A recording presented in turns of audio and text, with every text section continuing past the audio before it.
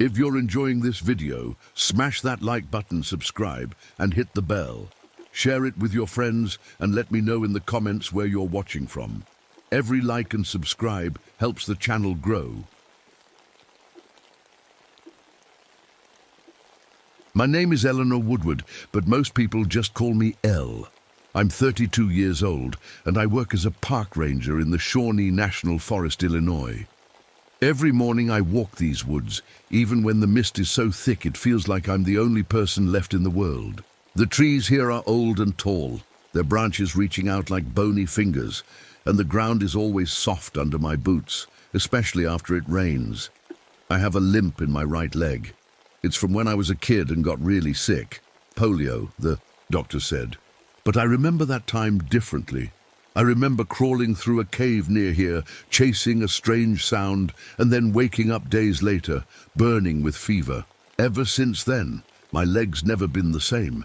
It aches the most when I'm deep in the forest, especially near the caves. Sometimes I wonder if the forest remembers me too. This place isn't just my job, it's my whole life. I used to be an anthropology student, obsessed with stories about monsters and old rituals. But when I wrote my big paper about people turning into monsters because of hunger, nobody believed me. They laughed, called it crazy. So I left school and came back, here where the stories live in the trees and the rocks.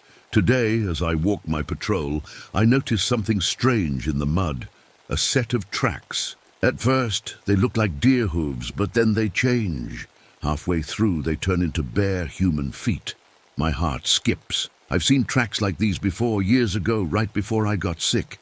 I kneel down to look closer. The prints are fresh. Suddenly, the air goes cold. I blink, and for a second, everything changes. The trees are bare, snow covers the ground, and I see shadows moving between the trunks, people in old-fashioned clothes, their faces thin and scared. Then just as quickly, everything snaps back to normal. The mist, the mud, the tracks. My heart hammers in my chest. I keep walking, trying to shake the feeling. I remind myself that I know these woods better than anyone. I know the stories, the old legends about monsters that come out when people are hungry or desperate. But still, I can't help but feel like something is watching me. Near a fallen log, I find something else. Tiny bones, carved and arranged in a pattern. The shapes are just like the ones from my nightmares when I was a kid. I shiver, even though it's not that cold. I know I should turn back, but I can't. Not when the forest is trying to tell me something. I picked up one of the tiny bones, turning it over in my hand. It was smooth and white, almost like it had been cleaned on purpose. The way they were arranged on the ground looked like a star, or maybe a warning sign. I took a picture with my phone just in case. My hands were shaking a little, but I tried not to let it bother me. I told myself it was probably just some animal, or maybe a kid playing a strange game. But as I stood up, I felt a strange buzzing in the air, like when you stand too close to a power line. The hairs on my arms stood up. I looked around, but the woods were quiet, too quiet. Even the birds had stopped singing. It made my skin crawl. I kept walking, following the tracks deeper into the trees. Every few steps, I'd see something odd. A broken branch, a patch of grass pressed flat, or another strange mark in the mud. It felt like I was being led somewhere, like the forest wanted me to find something. After a while, I reached a part of the woods I didn't visit often. The trees were thicker here, and the sunlight barely made it through the leaves. I could smell something odd, like metal and wet earth. It reminded me of the old stories my grandma used to tell about the bad places in the forest where nothing grew right and animals stayed away. I stopped to catch my breath, listening. That's when I heard it, a faint humming sound, deep and slow, coming from the ground. I knelt and pressed my hand to the dirt. The earth was warm, almost hot. I pulled my hand back quickly. Suddenly, I remembered something from my anthropology days. There were rumors about a spot in these woods where the ground was always warm, even in winter. Some people said it was because of old radiation from a forgotten accident. Others thought it was something stranger, something that changed people if they got too close. I stood up, my heart pounding. I knew I should leave, but I couldn't. Something deep inside me needed to know the truth. I took a deep breath and walked further into the shadows, following the humming sound. The deeper I went, the stranger everything felt. The air was thick, almost hard to breathe, and the humming sound grew louder with each step. It wasn't just noise anymore. It felt like it was inside my head, making my thoughts fuzzy. I tried to focus on the path, but the trees seemed to twist and bend in ways I didn't remember. I checked my watch, but the hands were spinning in circles, not telling the right time. My phone had no signal, and the battery was dropping fast, even though I'd charged it that morning. It was like the forest didn't want me to keep track of time or call for help. As I moved forward, I noticed something even stranger. The shadows on the ground didn't match the trees above. Some of them looked like people standing still and watching me, but when I looked up, there was nothing. There, my skin prickled, and I tried to tell myself it was just my imagination. I kept walking, feeling like I was going in circles. The tracks I'd been following were gone now, swallowed up by the soft earth. I tried to remember how to get back, but every tree looked the same. Panic started to creep in, but I forced myself to stay calm. I'd been lost before, and I always found my way out. Suddenly, I heard a voice. It was soft and far away, calling my name. Eleanor. I spun around, but I couldn't see anyone. The voice sounded familiar, like someone I knew a long time ago, but I couldn't remember who. My heart thudded in my chest. I took a few shaky steps forward and found myself at the edge of a small clearing. In the middle was a strange, twisted tree with black bark and no leaves. The ground around it was covered in more bones, all arranged in careful patterns. The humming was loudest here, almost painful. I wanted to run, but my feet wouldn't move. Something about this place felt important, like it was the center of everything strange in the forest. I took a deep breath, trying to steady myself, and stepped into the clearing. As I stepped into the clearing, the humming sound seemed to wrap around me, making my skin tingle. The air felt heavy, like I was underwater. I could see my breath, even though it wasn't cold. The tree in the middle looked even stranger up close. Its bark was cracked and shiny, almost like glass, and there were strange marks scratched into it, symbols I didn't recognize. I knelt down to look at the bones. On the ground, they were small, maybe from birds or squirrels, but some looked bigger, like they could be from a fox or even a deer. Each set of bones was lined up in a neat row, pointing toward the tree. I felt a chill run through me. Someone, or something, had done this on purpose. Suddenly I heard footsteps behind me. I spun around, but no one was there. The shadows seemed to move just out of the corner of my eye. I called out, "Hello? Is anyone there?"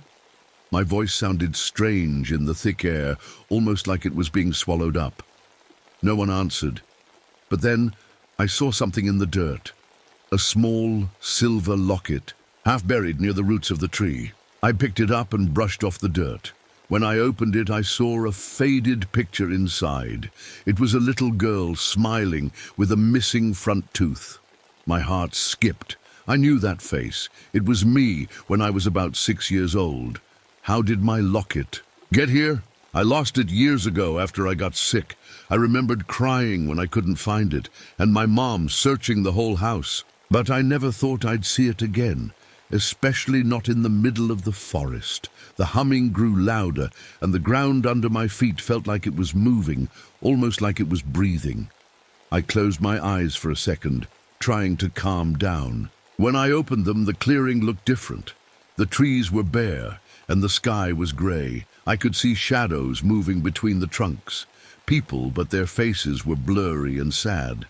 I felt a wave of fear, but also a strange pull, like I was supposed to be here. I clutched the locket tight and took a shaky breath, trying to understand what was happening. I stood in the clearing, clutching the locket, my heart pounding in my chest. The world felt strange, like I was halfway between a dream and being awake. The shadows in the trees moved slowly, almost like they were watching me. I tried to call out again, but my voice was weak and shaky. Suddenly, I heard a rustling sound from the edge of the clearing. I turned quickly, expecting to see a deer or maybe a lost hiker, but instead I saw a figure step out from behind a tree. It was a woman, tall and thin, with long dark hair and eyes that seemed too bright. She wore old, faded clothes that looked like they belonged to another time. She stared at me for a moment, then spoke in a quiet, careful voice. "You shouldn't be here, Eleanor." My skin prickled. How did she know my name? I tried to speak, but my mouth felt dry. "Who are you?" I managed to whisper. She didn't answer right away. Instead, she looked at the tree and the bones on the ground. "This place changes people," she said softly. "It makes them forget who they are. It makes them hungry." I shivered, remembering the stories my grandma used to tell about people who got lost in the woods and never came back the same. I looked down at the locket in my hand. "Did you put this here?" I asked. She shook her head. "No, but you left it here a long time ago when you first came to the forest. You just don't remember." Her words made my head spin.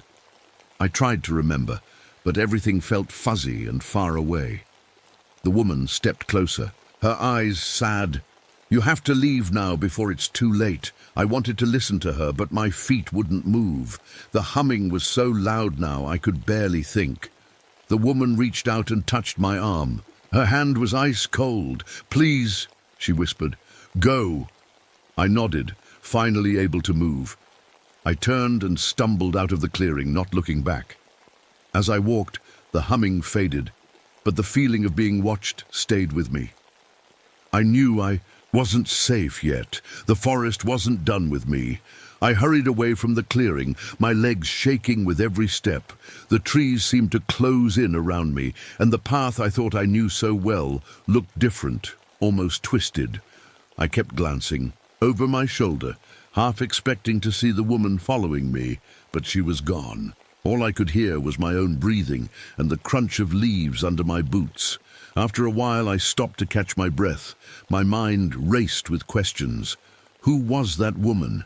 How did she know me? And what did she mean about the forest changing? People. I looked down at the locket in my hand and tried to remember more about when I was a kid, but my memories felt jumbled, like pieces of a puzzle that didn't fit. As I stood there, I noticed something strange. The air felt warmer, almost like standing near a heater. I looked around and saw a faint glowing light coming from behind a thick patch of bushes. Curiosity got the better of me, and I pushed through the branches to see what it was. Behind the bushes, I found a small hidden cave. The entrance was just big enough for me to crawl inside. The warm air was coming from deep within the cave, carrying a strange metallic smell. I hesitated, but something inside me pushed me forward. I got down on my hands and knees and crawled. Inside, the cave was dark, but as my eyes adjusted, I saw odd shapes on the walls, symbols scratched into the rock, just like the ones on the tree. The humming sound was back, softer now but steady, like a heartbeat. I followed the sound deeper, my fingers tracing the cold stone. Suddenly, I saw something that made me freeze. In the dim light, I spotted a pile of old clothes and shoes, covered in dust. Some looked like they had been there for years.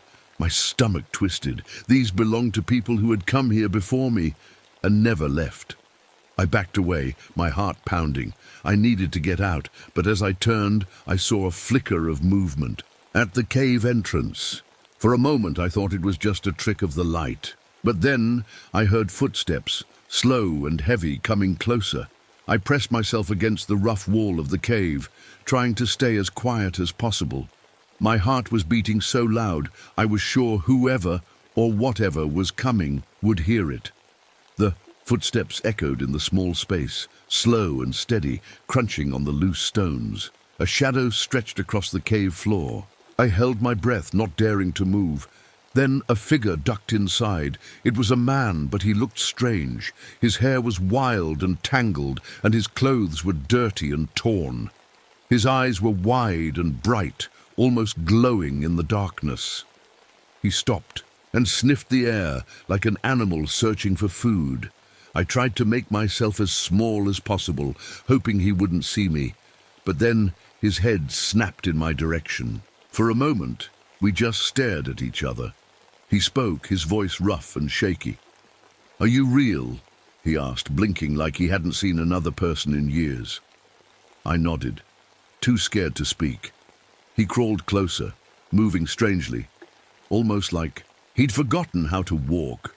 Up close, I could see his skin was pale and thin, stretched tight over his bones. He looked hungry, really hungry. He reached out a hand but stopped when he saw the locket around my neck. His eyes grew wide with fear. "You have to leave," he whispered. "It's not safe here. The forest, it changes you. It changed me." I swallowed hard, trying to keep my voice steady. "What happened to you?" He shook his head, tears in his eyes. "I got lost a long time ago. I heard the humming just like you. I thought I could find my way out, but the longer I stayed, the more I forgot. My name, my family, even what I looked like." He pointed to the pile of old clothes. "They all got lost too. We're stuck, unless someone finds a way to break the spell." I felt a wave of sadness and fear. Was this what would happen to me if I stayed? Would I forget who I was too? I knew I had to get out, but I also wanted to help him. "I'll try," I whispered. "I'll try to break the spell."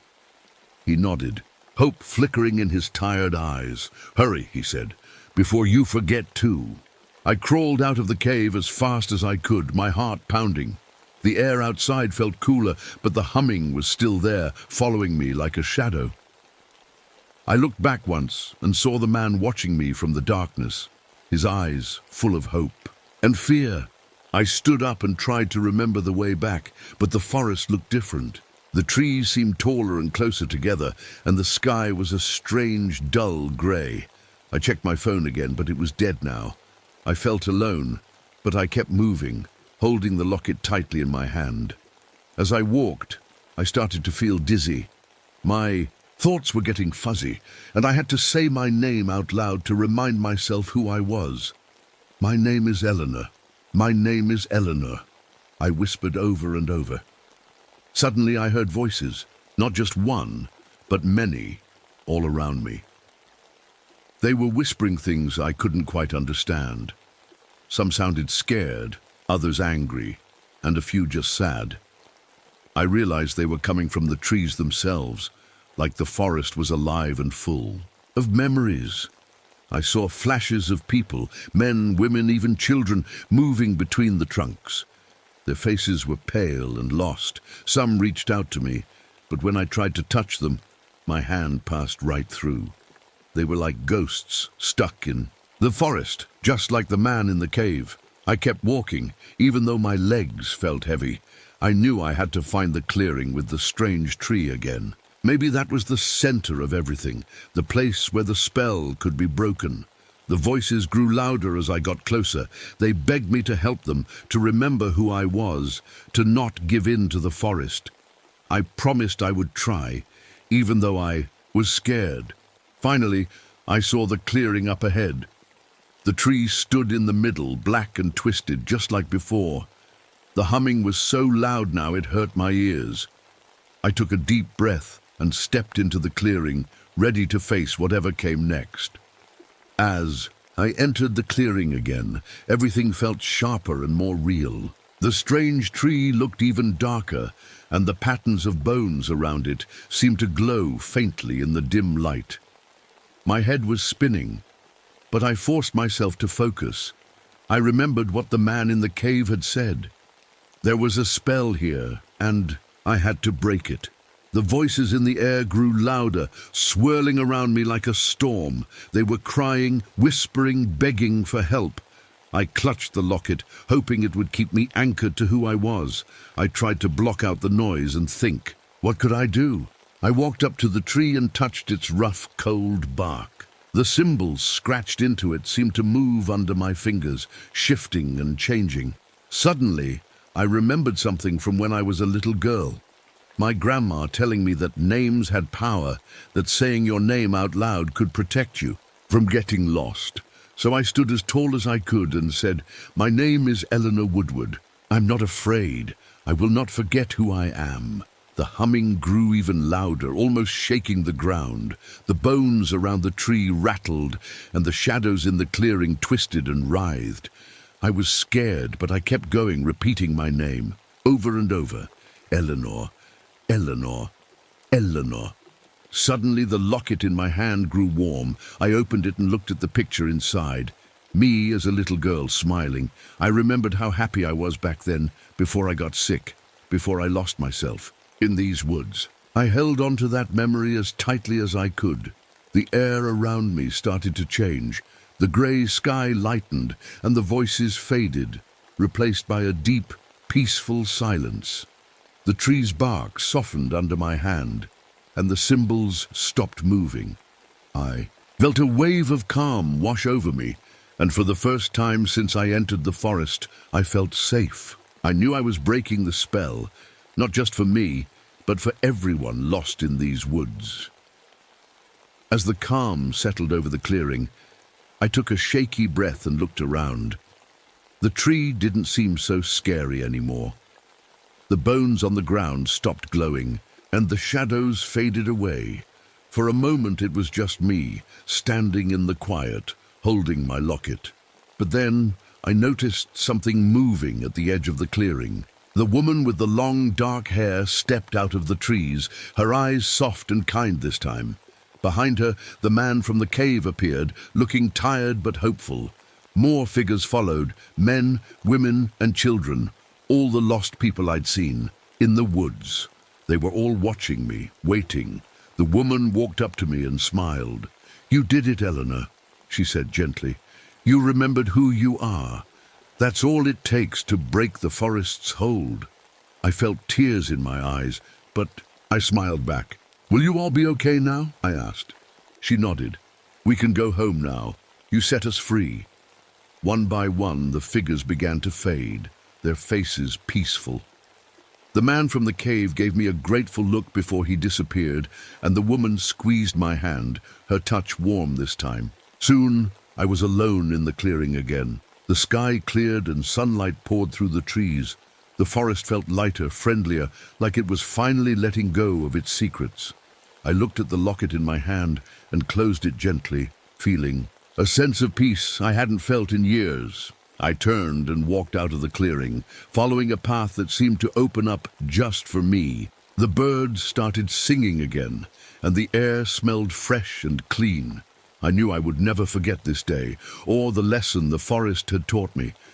As I reached the edge of the woods, I looked back one last time.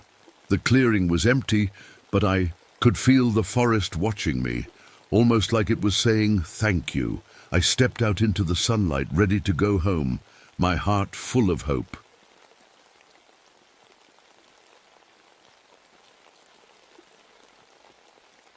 My name is Victor Mercer. I work as a park ranger in the Olympic National Forest out in Washington. People say it's one of the most beautiful places in the country. Tall trees, thick green moss, and mist that hangs in the air like a secret. Some mornings, when the sun rises and the fog rolls over the hills, it feels like the whole world is holding its breath. I like those quiet moments. They help keep my mind calm.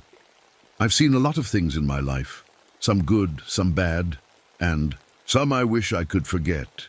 Out here I can almost pretend the past doesn't follow me. Almost. That morning, I started my day like any other. I put on my uniform, laced my boots, and stepped outside.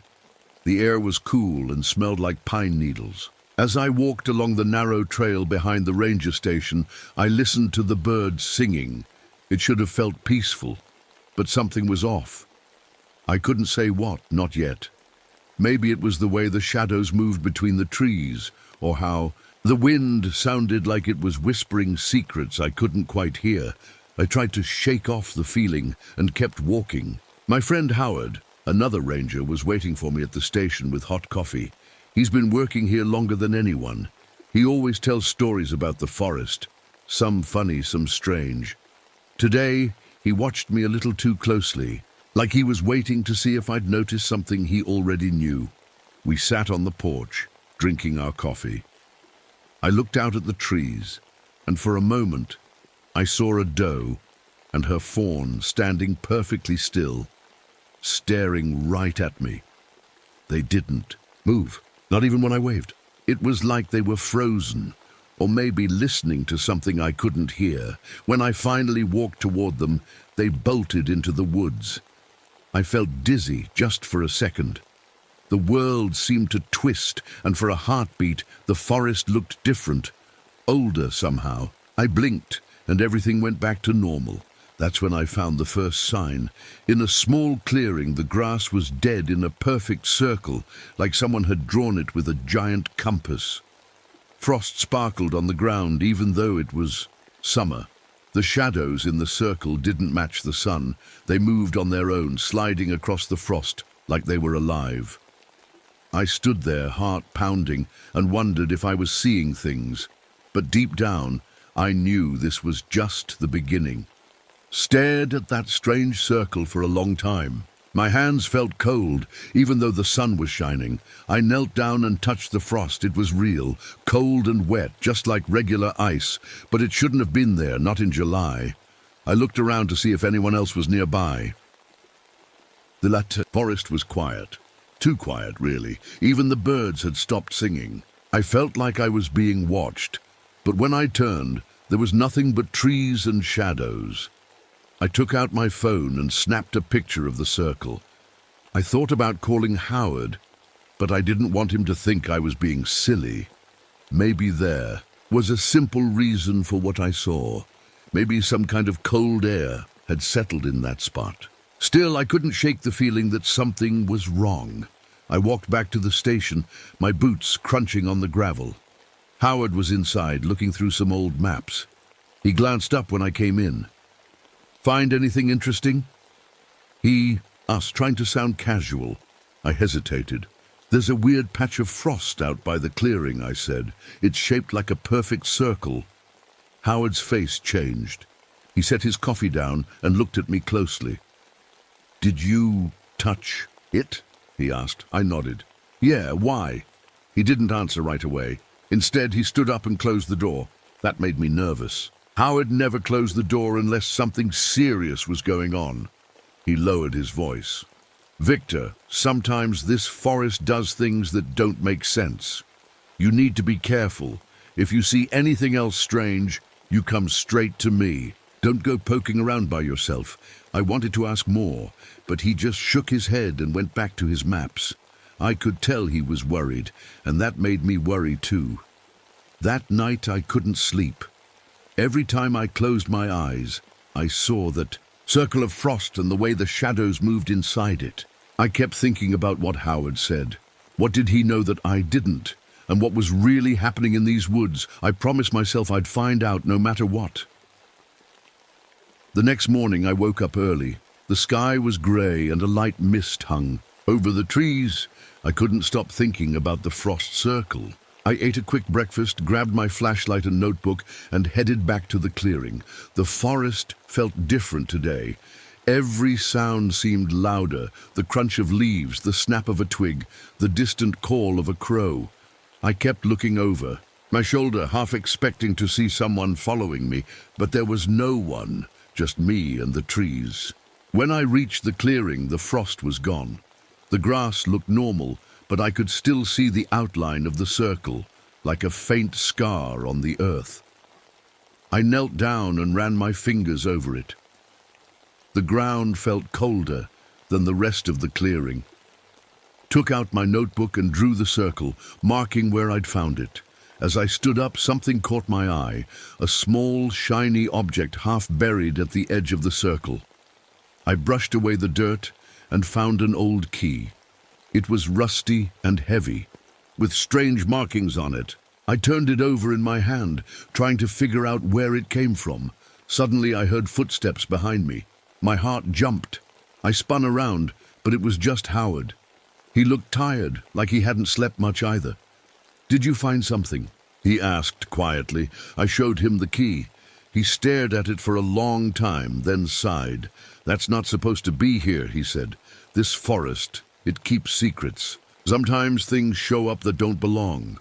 I wanted to ask him more, but he just shook his head. "Let's go back," he said. "It's not safe to stay here too long." As we walked back to the station, I kept glancing at the key in my hand. I felt like I was holding a piece of a puzzle I didn't understand. Howard was silent the whole way, and I could tell he was thinking hard about something. That night, I locked the key in my desk drawer. I lay in bed, listening to the wind in the trees, and wondered what other secrets the forest was hiding. I knew I had to find out, even if it scared me. The next day, I couldn't stop thinking about the key. It felt heavy in my pocket, like it was waiting for me to do something with it. I kept looking at the strange markings, tracing them with my finger, but I couldn't figure out what they meant. After my morning rounds, I decided to ask Howard about the key. When I found him, he was sitting outside, staring into the trees. He looked even more tired than before. "Howard," I said, "do you know what this key is for?" He didn't answer right away. He just took the key from me and turned it over in his hands. Finally, he spoke. "A long time ago, before I started working here, there was a family that lived near the edge of the forest. The father was a caretaker, just like us. One day he disappeared. Nobody ever found him, but people said he left behind a locked box. They say it holds the truth about what happened to him." I felt a chill run down my back. "Do you think this key opens that box?" I asked. Howard shrugged. "Maybe, or maybe it's just another piece of the forest's puzzle." I wanted to know more, but Howard stood up and walked away, leaving me alone with my thoughts. I put the key back in my pocket and decided to look for the box myself. That afternoon, I searched the old caretaker's cabin. It was falling apart, covered in moss and vines. Inside, it smelled like damp earth and old wood. I looked everywhere, under the floorboards, behind the shelves, even inside the fireplace. At last, I found a small metal box hidden behind a brick in the wall. My hands shook as I fit the key into the lock. It turned with a loud click. Inside the box, there was a leather-bound journal. The pages were yellow and brittle, filled with neat, careful writing. As I flipped through the journal, I realized it was the caretaker's diary. The last few pages were different. The writing was messy, almost like he was in a hurry or scared. He wrote about strange things happening in the forest, cold spots, shadows that moved, and voices calling his name at night. I closed the journal and looked around the empty cabin. The air felt colder, and I could hear the wind howling outside. I knew I had found something important, but I also knew I was in deeper than I'd ever planned. I left the old cabin with the caretaker's journal tucked safely under my arm. The sky was getting dark, and the wind was picking up. Every step I took, the trees seemed to lean in closer, like they were listening to my thoughts. Back at the ranger station, I sat at my desk and started reading the journal from the beginning. The first pages were normal, stories about the caretakers. Daily work, fixing fences, feeding animals, and watching the weather. But as I kept reading, the entries changed. He wrote about strange cold spots in the woods, just like the one I found. He talked about hearing whispers at night, voices that sounded like his own family calling for help. One entry made my heart pound.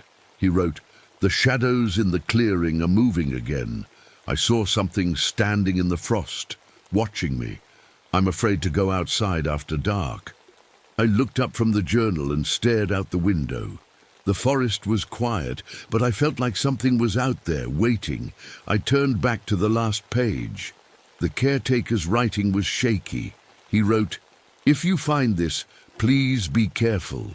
The forest remembers everything. It keeps secrets, and it doesn't like to let them go." I closed the journal and sat back in my chair. My mind was racing. Was the caretaker still out there, lost in the woods? Or had something happened to him, something the forest wanted to keep hidden? I thought about telling Howard, but I wasn't sure what to say. Would he believe me, or would he just tell me to leave it alone? That night, I put the journal under my pillow. I tried to sleep, but every time I closed my eyes, I saw the frost circle and the shadows moving inside it. I felt like I was being watched, even in my own room. I knew I couldn't ignore what I'd found. The forest was trying to tell me something, and I had to listen, no matter how scared I was. The next morning, I woke up feeling tired and uneasy. I kept thinking about the caretaker's words, how the forest remembers everything.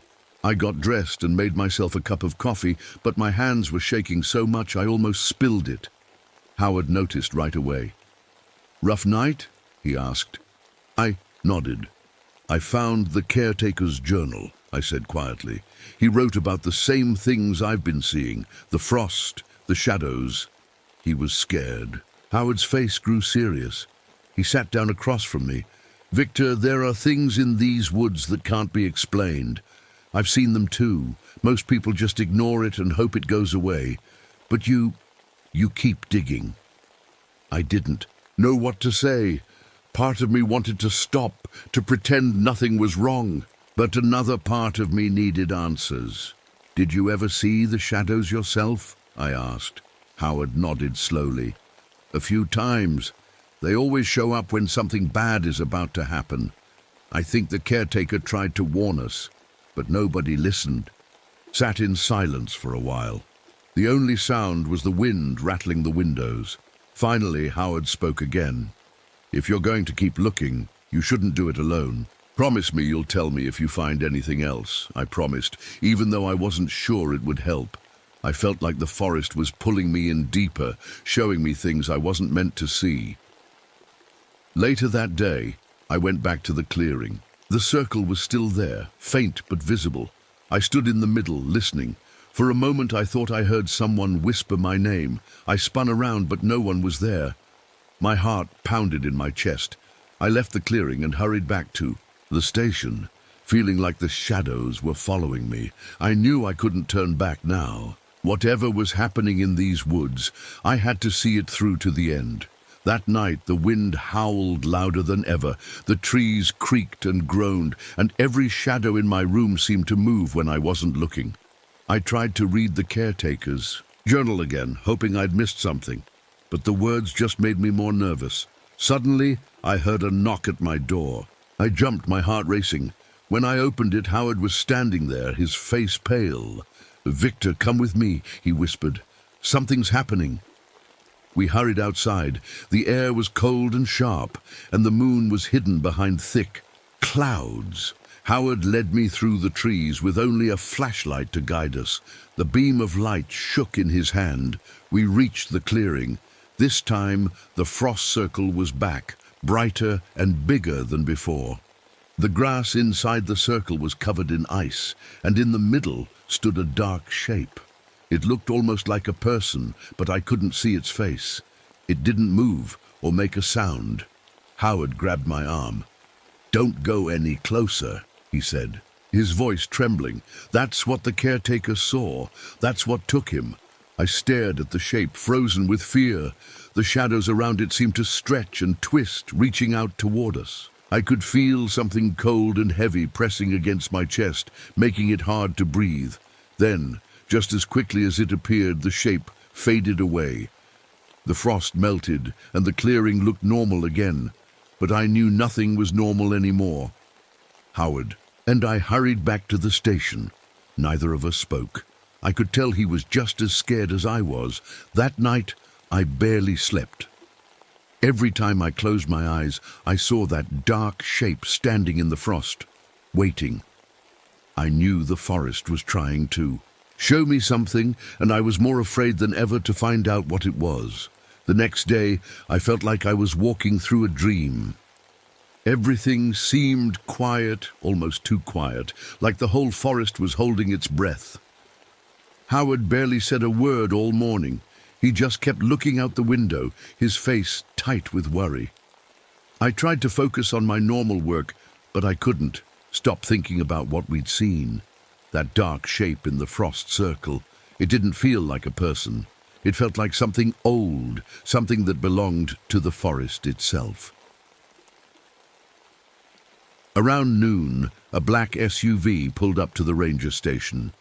2 men in suits got out. They didn't look like hikers or campers. They walked straight up to Howard and me, flashing badges. "We're with the government," one of them said. "We need to ask you some questions about strange events in this area." My stomach dropped. How did they know? I glanced at Howard, but he just nodded, like he'd been expecting this. The men asked about the frost circles, the shadows, and if we'd seen anything unusual. I tried to keep my answers simple, but I could tell they already knew more than they let on. After they left, Howard finally spoke. "They come around every few years, whenever the forest starts acting up. They never find anything, but they always warn us to stay away from the strange spots." I felt a chill run down my back. If even the government was worried, then this was bigger than I thought. That night I sat alone in my room, staring at the caretaker's journal. I wondered if he'd ever met those men in suits, or if he'd tried to warn them too. I felt more alone than ever, but I also knew I couldn't ignore what was happening. The forest wanted me to see something, and I was running out of time to figure out what it was. That evening, I sat on my bed with the caretaker's journal open on my lap. I read the last few pages again and again, hoping for a clue. The words felt heavy, like a warning meant just for me. Suddenly I remembered something, the old library in the ranger station basement. Hardly anyone went down there. It was full of dusty books and boxes of old records.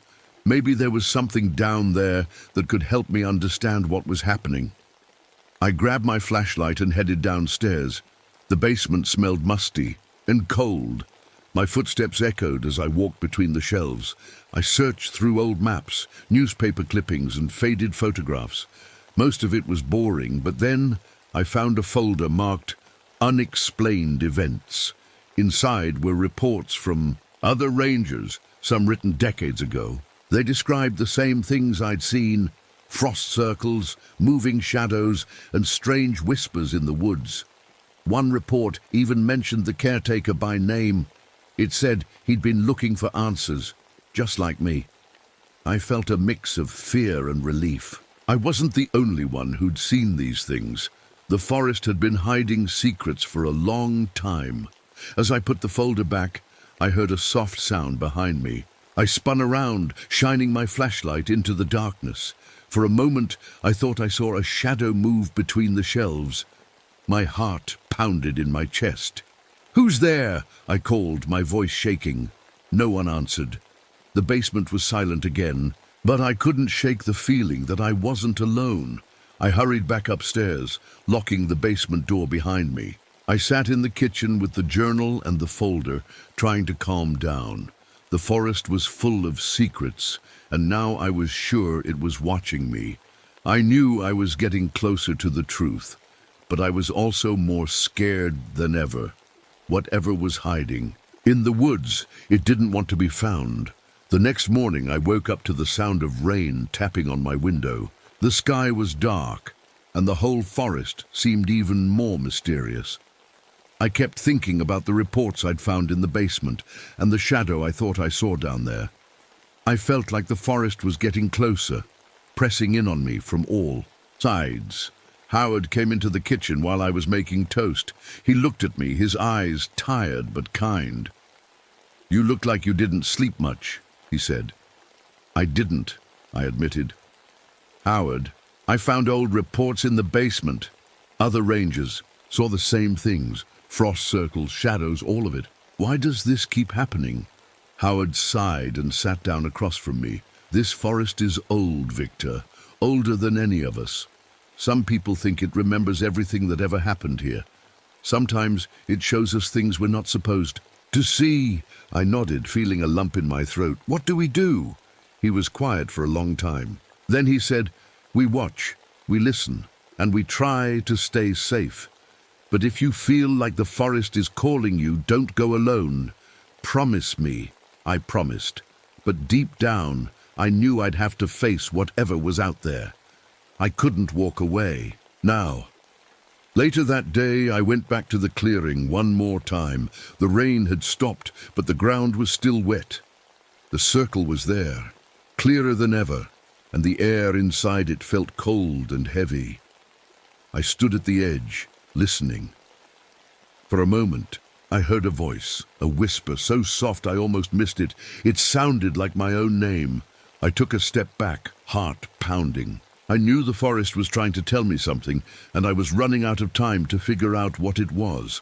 That night, I couldn't stop thinking about the voice I'd heard in the clearing. It sounded so real, like someone was standing right behind me, whispering my name. I kept checking over my shoulder, even inside my own room. Howard must have noticed how jumpy I was because he knocked on my door after dinner. "Victor," he said quietly, "I think it's time we try something." He handed me a small, old-fashioned lantern. My grandfather used to say that light keeps the forest's secrets away, at least for a little while.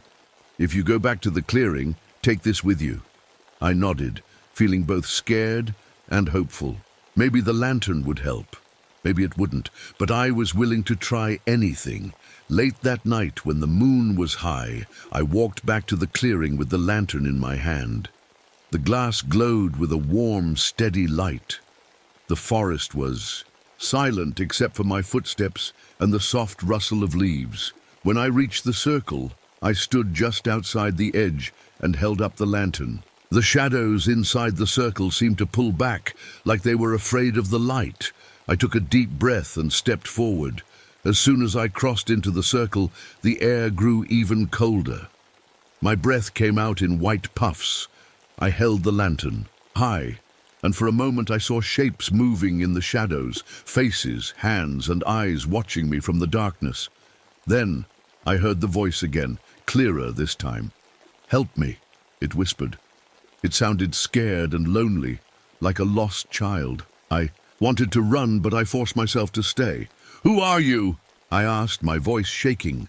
There was no answer, just the sound of the wind and the feeling that something was waiting for me to understand.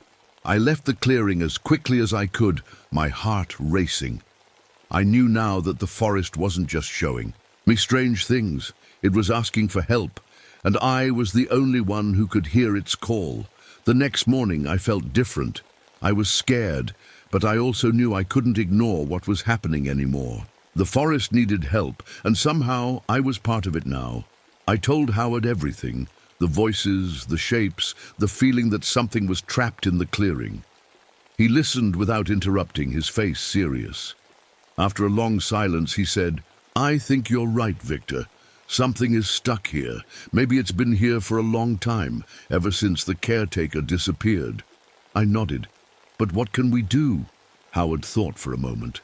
"Maybe there's a way to set it free. My grandfather used to talk about old rituals, ways to help lost spirits move on. He said you have to show them you're not afraid and that you want to help." I felt a chill, but I knew we had to try. Howard and I gathered what we could, the lantern, the caretaker's journal, and a small bell that Howard said was important for the ritual. That night, we walked together to the clearing. The moon was bright and the air was cold. We stood at the edge of the circle, holding hands so we wouldn't get separated. Howard rang the bell softly, and I read out loud from the caretaker's journal. I told the forest we wanted to help, that we weren't there to harm anyone. At first, nothing happened. Then, the shadows in the circle started to swirl and twist. The cold grew stronger, and I heard the voice again, crying out for help. I held up the lantern, letting its light shine into the darkness. "You're not alone," I said, my voice steady. "We're here. We want to help you find peace." The shadows paused, and for a moment I saw a face in the mist. A sad, tired face that looked almost human. Then, slowly, the cold faded. The shadows drifted away, and the clearing felt lighter, almost warm.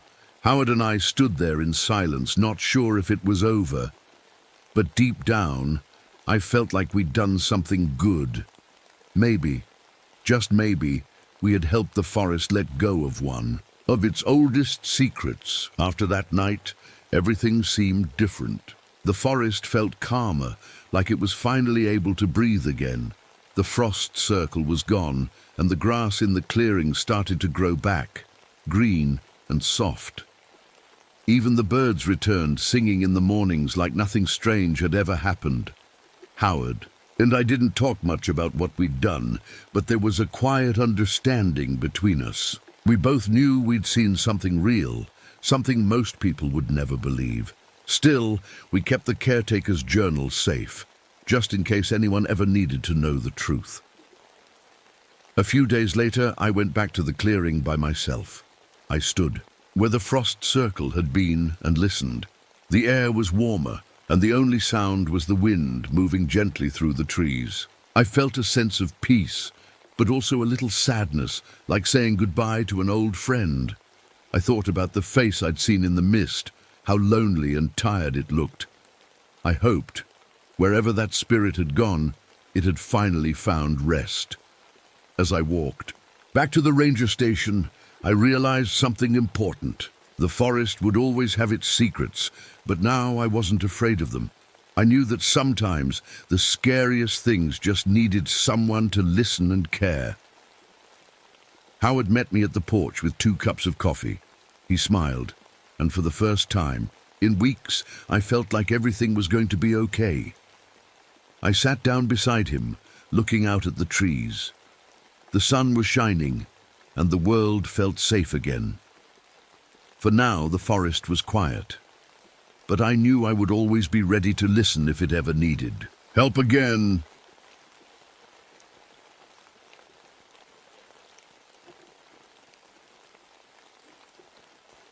My name is Evelyn Patterson, but everyone calls me Eve. I work as a park ranger in the Allegheny National Forest, Pennsylvania. Most days I walk the trails early in the morning before the sun has burned off the mist. The forest is quiet then, except for birds and the crunch of leaves under my boots. I'm not like other rangers. There's something different about the way I see the world. When I look at a path, it doesn't just look like dirt and rocks to me. I see colors floating in the air, like someone painted invisible lines that only I can follow.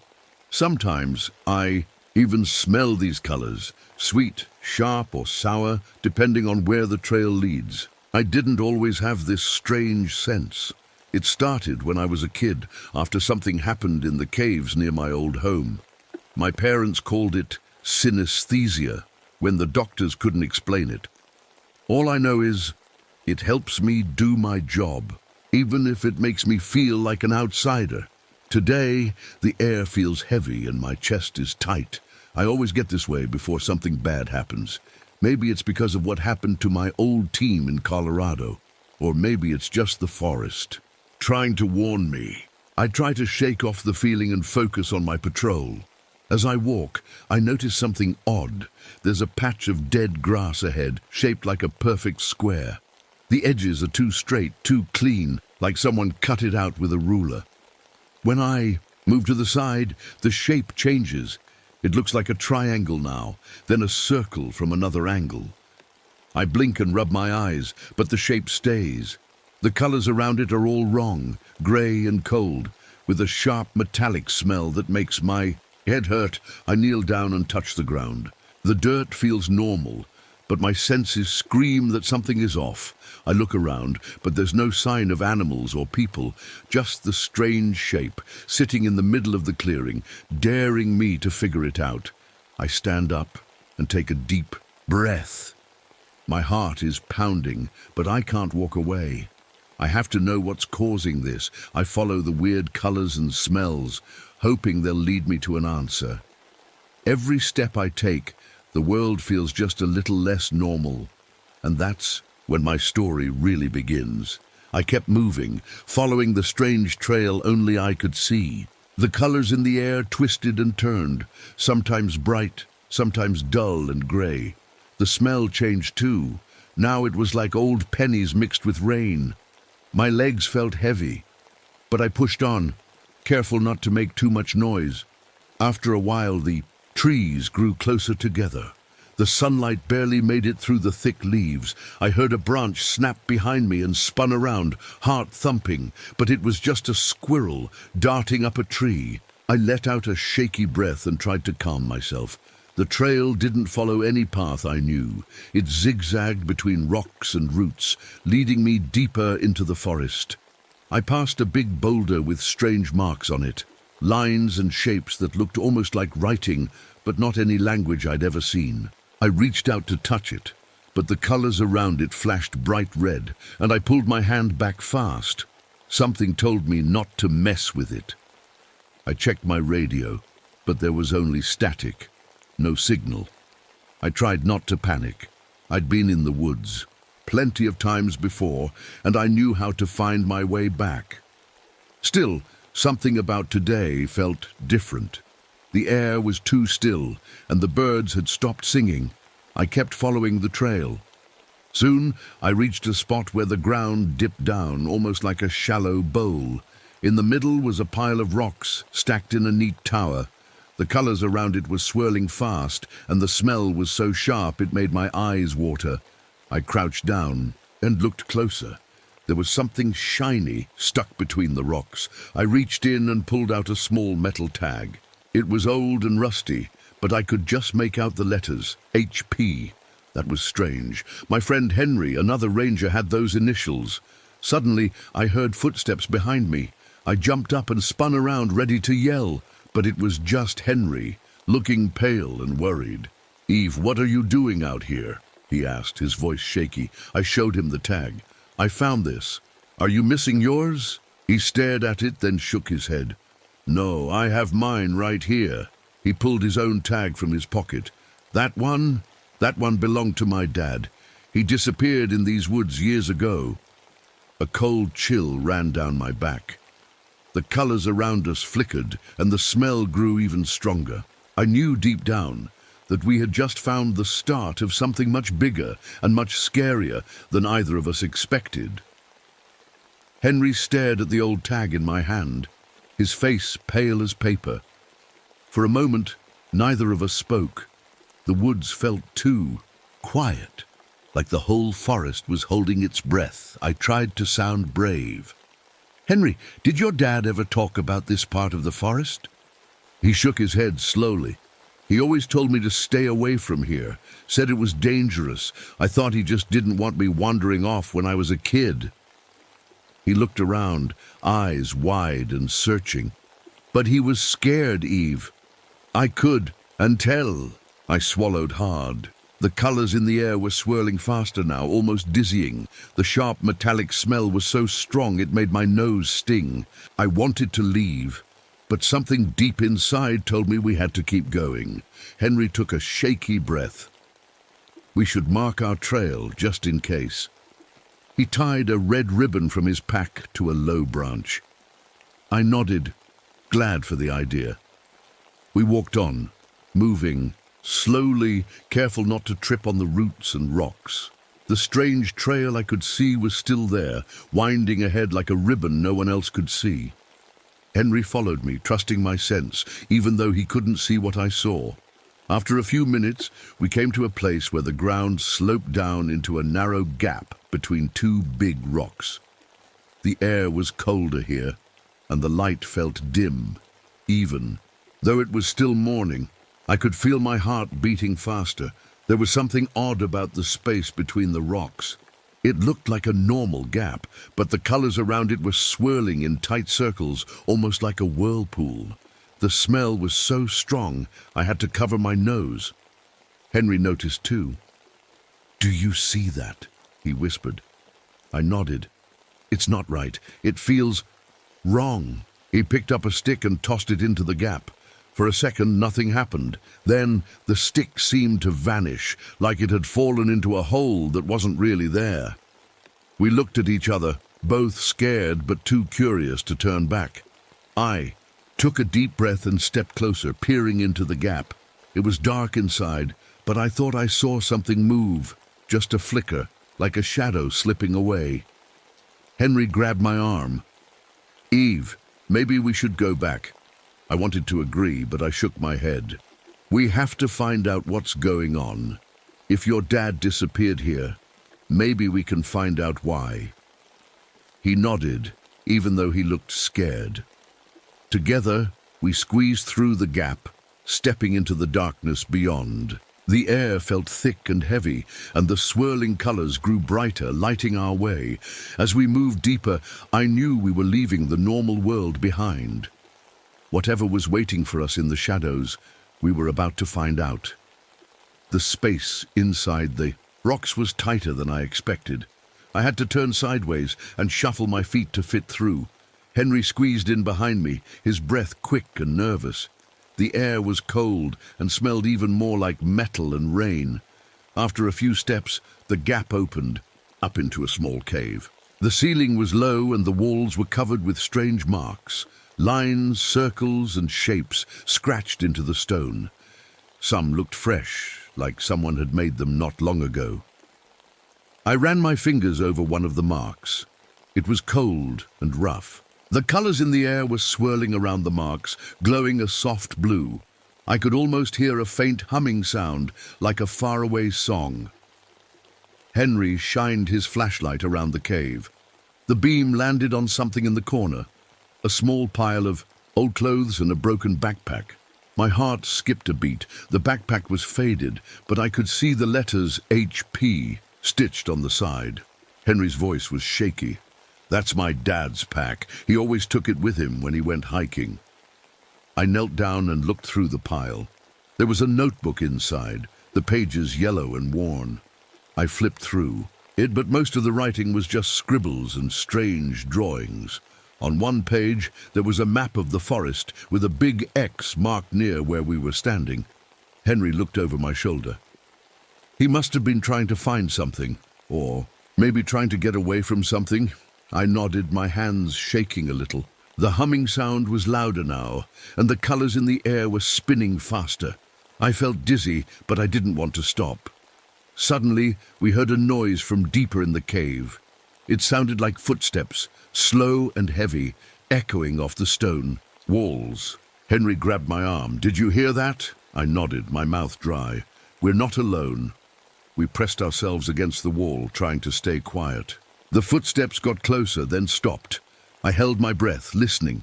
For a moment, everything was silent. Then, from the darkness, a voice whispered, "Help me." It was faint, but I knew it wasn't Henry. The voice sounded tired and scared, like someone who had been lost for a long time. Henry's eyes were wide. That sounded like my dad. I wanted to run, but I forced myself to stay calm. We have to see who it is. We moved slowly, deeper into the cave, following the sound of the voice. The colors in the air were swirling faster than ever, and the humming was now a low, steady song in my ears.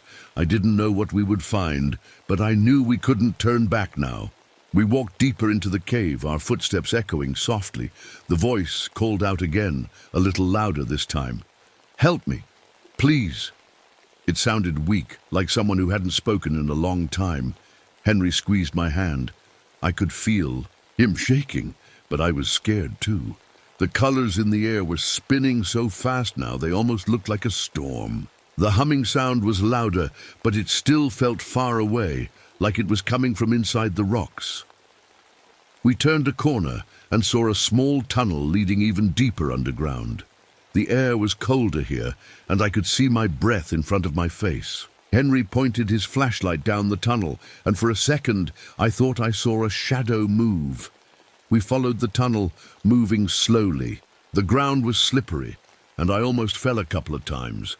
At the end of the tunnel there was a small room. In the middle of the room sat a man, hunched over, his back to us. His clothes were dirty and torn, and his hair was long and messy. Henry let go of my hand and took a step forward. "Dad," he whispered. The man turned around slowly. His face was pale, and his eyes looked tired and confused. For a moment, he just stared at us, like he wasn't sure if we were real. Henry ran too, him and hugged him tight. The man didn't move at first, but then he hugged Henry back, holding on like he never wanted to let go. I stood back, watching them. I felt a lump in my throat. I was happy for Henry, but something still didn't feel right. The colors in the air were still swirling and the humming sound hadn't stopped. Henry's dad looked at me. "You shouldn't be here," he said softly. "It's not safe. There's something in these caves, something watching." I felt a chill run down my back. "What do you mean? What's down here?" He shook his head. "I don't know. I hear it moving sometimes. I see shadows that don't belong. I tried to leave, but the tunnels always change. I get lost no matter which way I go." Henry looked at me, his eyes scared. "Eve, what do we do?" I took a deep breath and tried to sound brave. "We're going to get out of here. We'll stick together and follow the way we came." But as I turned to look back down the tunnel, I realized something terrible. The way we came was gone. The tunnel behind us now led somewhere else, twisting off into darkness I didn't recognize. We were trapped, and I knew deep down that whatever was in these caves was getting closer. I tried not to panic, but my hands were shaking. The tunnel behind us was gone, replaced by a wall of rock. The only way out now was a narrow path leading deeper into the cave. The colors in the air were spinning so fast it made my head hurt. The humming sound was louder, almost like a warning. Henry held his dad's hand tightly. "We'll find a way out, Dad. I promise." His dad nodded, but I could see the fear in his eyes. He looked around as if he expected something to jump out at us any second. We started walking down the new tunnel. The walls felt closer now, and I had to duck my head in some places. My flashlight flickered, making the shadows dance. Every sound seemed too loud, our footsteps, our breathing, even the drip of water from the ceiling. After a while, we came to a place where the tunnel split in two. One path was wide and smooth, with a faint light at the end. The other was narrow and dark, with strange marks scratched into the stone. Henry looked at me. "Which way do we go?" I closed my eyes and tried to focus on the colors and smells. The wide tunnel smelled sweet, almost like flowers, but the colors were dull and gray. The narrow tunnel smelled sharp and cold, but the colors were bright and swirling just like before. I pointed to the narrow tunnel. "I think we should go this way. The colors are stronger." Henry nodded, trusting me. We squeezed into the narrow tunnel, moving slowly. The marks on the walls glowed faintly in my flashlight beam. I traced one with my finger, and it felt warm, almost alive. Suddenly we heard a noise behind us, a scraping, shuffling sound, like something dragging itself along the ground. We froze, listening. The sound got closer, echoing in the tight space. Henry's dad whispered, "Don't look back. Just keep moving." We hurried forward, trying not to make any noise. The tunnel twisted and turned, and I started to worry we'd never find our way out. But the colors in the air kept leading me forward, brighter and brighter with every step.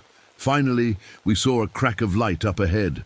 I rushed toward it, heart pounding. We squeezed through the opening and found ourselves in a huge underground room.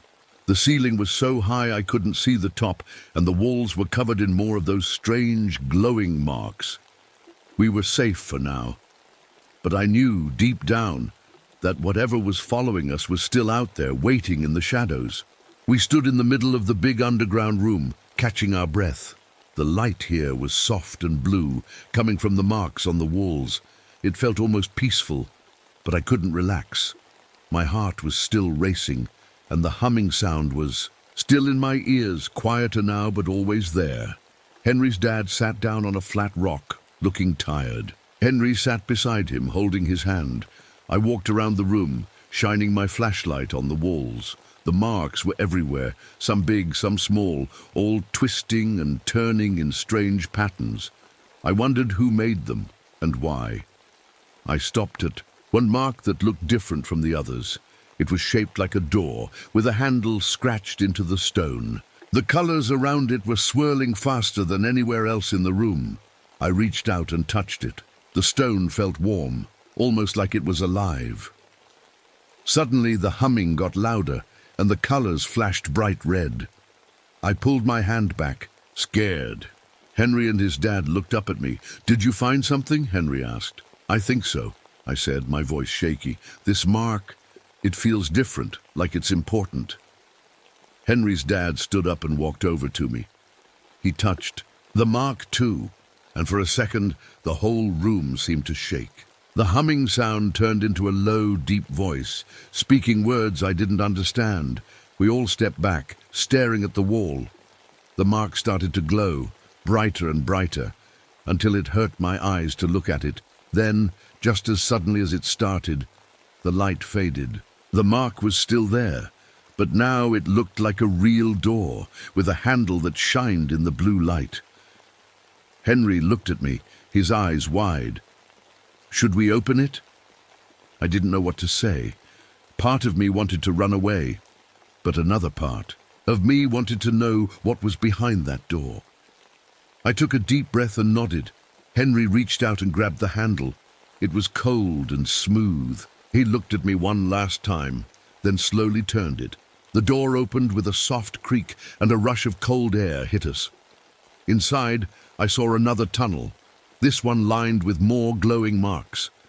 The colors in the air were swirling faster than ever, and the humming sound was now a steady song. We stepped through the door, not knowing what we would find. I just hoped, whatever was waiting for us, we could face it together.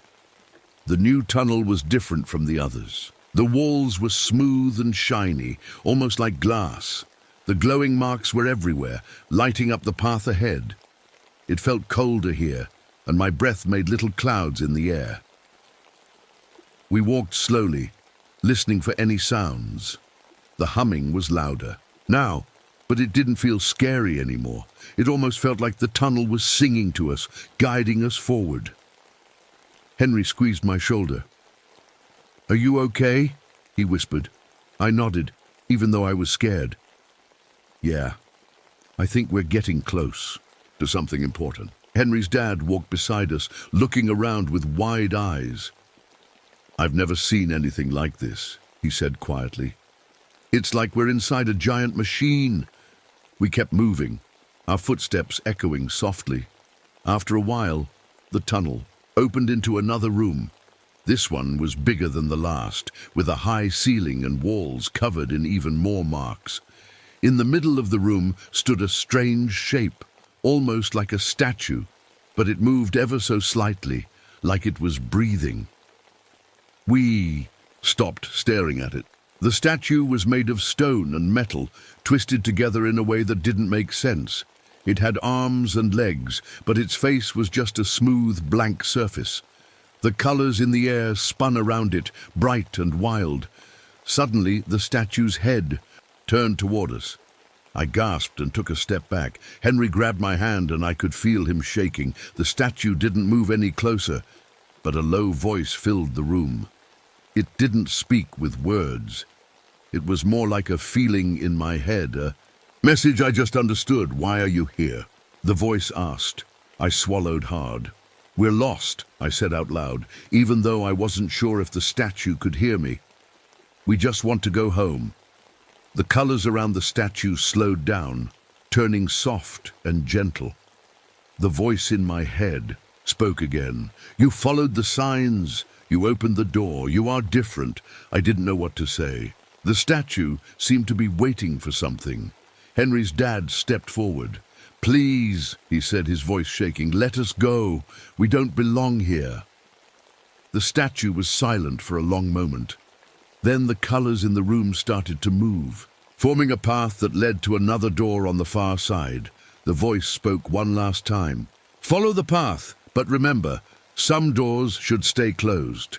We hurried across the room, not daring to look back at the statue. As we reached the new door, I felt a strange mix of hope and fear. Maybe, just maybe, we were finally on our way out. We stepped through the new door, and the air changed right away. It was warmer now, but the tunnel was darker. The glowing marks were still there, but they were dimmer, and the colors in the air moved slower, like they were tired. Henry held my hand as we walked. His dad followed close behind, quiet and watchful. None of us spoke.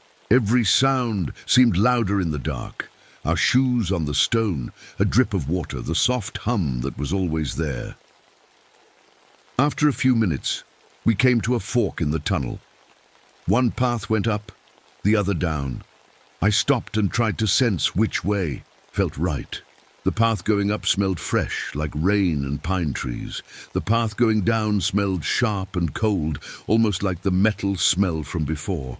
I listened to the humming in my head. It was a little louder on the path going up.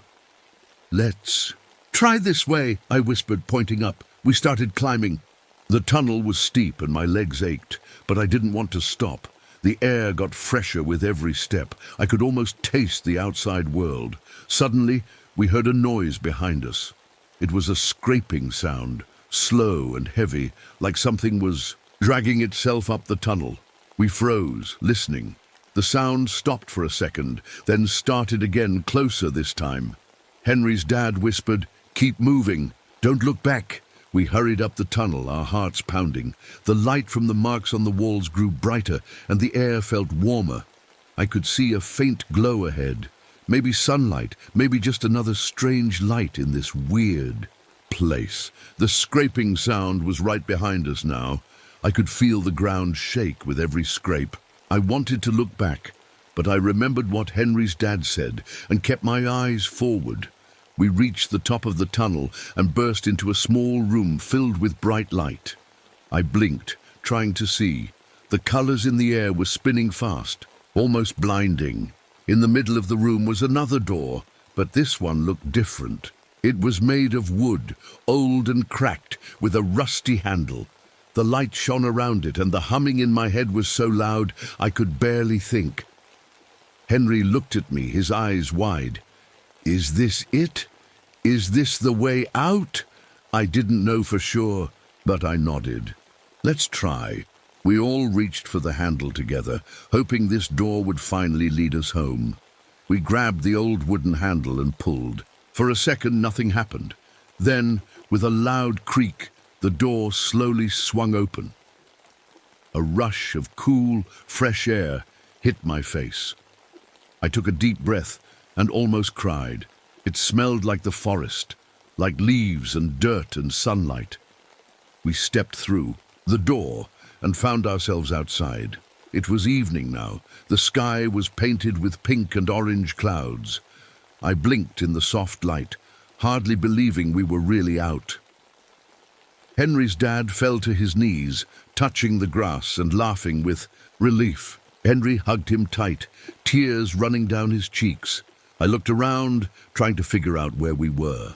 We were in a small clearing surrounded by tall trees. In the middle of the clearing was the same strange shape of dead grass I'd seen. That morning, a perfect square. Only now it looked faded, like it was losing its power. The colors in the air were almost gone. Just a few swirls of blue and green floated above the ground, gentle and harmless.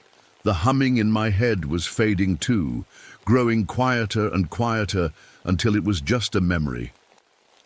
We stood there for a long time, just breathing and listening to the sounds of birds and wind in the trees.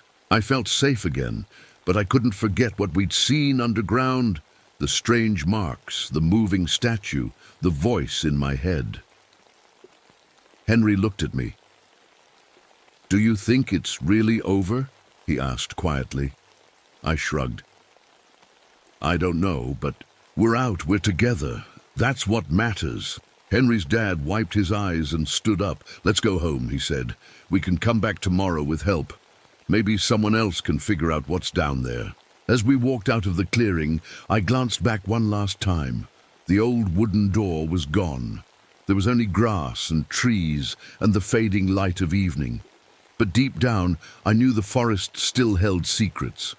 And if anyone else ever found those strange marks or that hidden door, I hoped they would remember what the voice said: some doors should stay closed. We walked back through the forest, quiet and tired. The sun was almost gone and the shadows grew long between the trees. I kept looking around, half expecting to see something strange, but everything looked normal. Birds chirped, and a cool breeze brushed my face. Henry held his dad's hand the whole way. I could tell he didn't want to let go, not after everything that happened. I stayed close, making sure we didn't get separated. Every now and then, I saw a flash of color in the corner of my eye, but when I turned, there was nothing there. Maybe it was just my mind playing tricks on me. We finally reached the ranger station. The lights were on and it looked warm and safe inside. Henry's dad sat down on the porch steps, breathing hard. He looked older than before, but his eyes were full of relief. Henry called for help on the radio. Soon, more rangers arrived. They wrapped blankets around us and gave us water. Everyone wanted to know what happened, but I just said we got lost in the caves and found our way out. I didn't talk about the strange marks or the moving statue. I didn't mention the voice in my head or the colors in the air. I wasn't sure anyone would believe me. After the others left, Henry sat beside me on the porch. "Do you think it's really over?" he asked again, his voice small. I thought about the door, the warning, and the way the tunnels kept changing. I thought about the statue's words. Some doors should stay closed. "I don't know," I said softly, "but I think we'll be okay as long as we remember what we saw, and as long as we stick together." Henry nodded and leaned against me. The night was quiet, and for the first time I felt safe, but I knew I would never forget the colors, the humming, and the secrets hidden deep under the forest. As the stars came out, I promised myself I'd be careful. Some mysteries are better left alone, but if anyone ever needed help in those woods again, I'd be ready.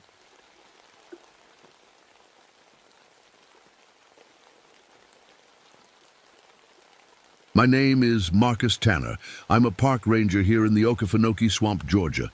Most folks just call it the refuge, but to me, it's always felt more like a living thing than a place. The swamp wakes up before the sun, with fog curling over the dark water and the cypress trees standing like old guards. Sometimes when the mist is thick, it feels like the world is holding its breath, waiting for something to happen. I start my mornings early, before the heat and the bugs really get going. My job is to patrol the waterways, make sure the tourists don't get lost and keep an eye out for anything unusual. But honestly, I don't need a map to find my way. Even though I've only been here a few months, it's like the swamp is already part of me. Maybe it's because of my Cherokee and African roots, or maybe it's just something I can't explain. This morning, I took the airboat out alone. The engine's hum was the only sound, except for the birds waking up and the frogs singing their strange songs. I steered through a narrow channel, the water so still it looked like glass. Every now and then, I get a whiff of something sharp and chemical mixed with the usual smell of wet earth and old leaves. As I moved deeper into the swamp, I couldn't shake the feeling that I'd been here before.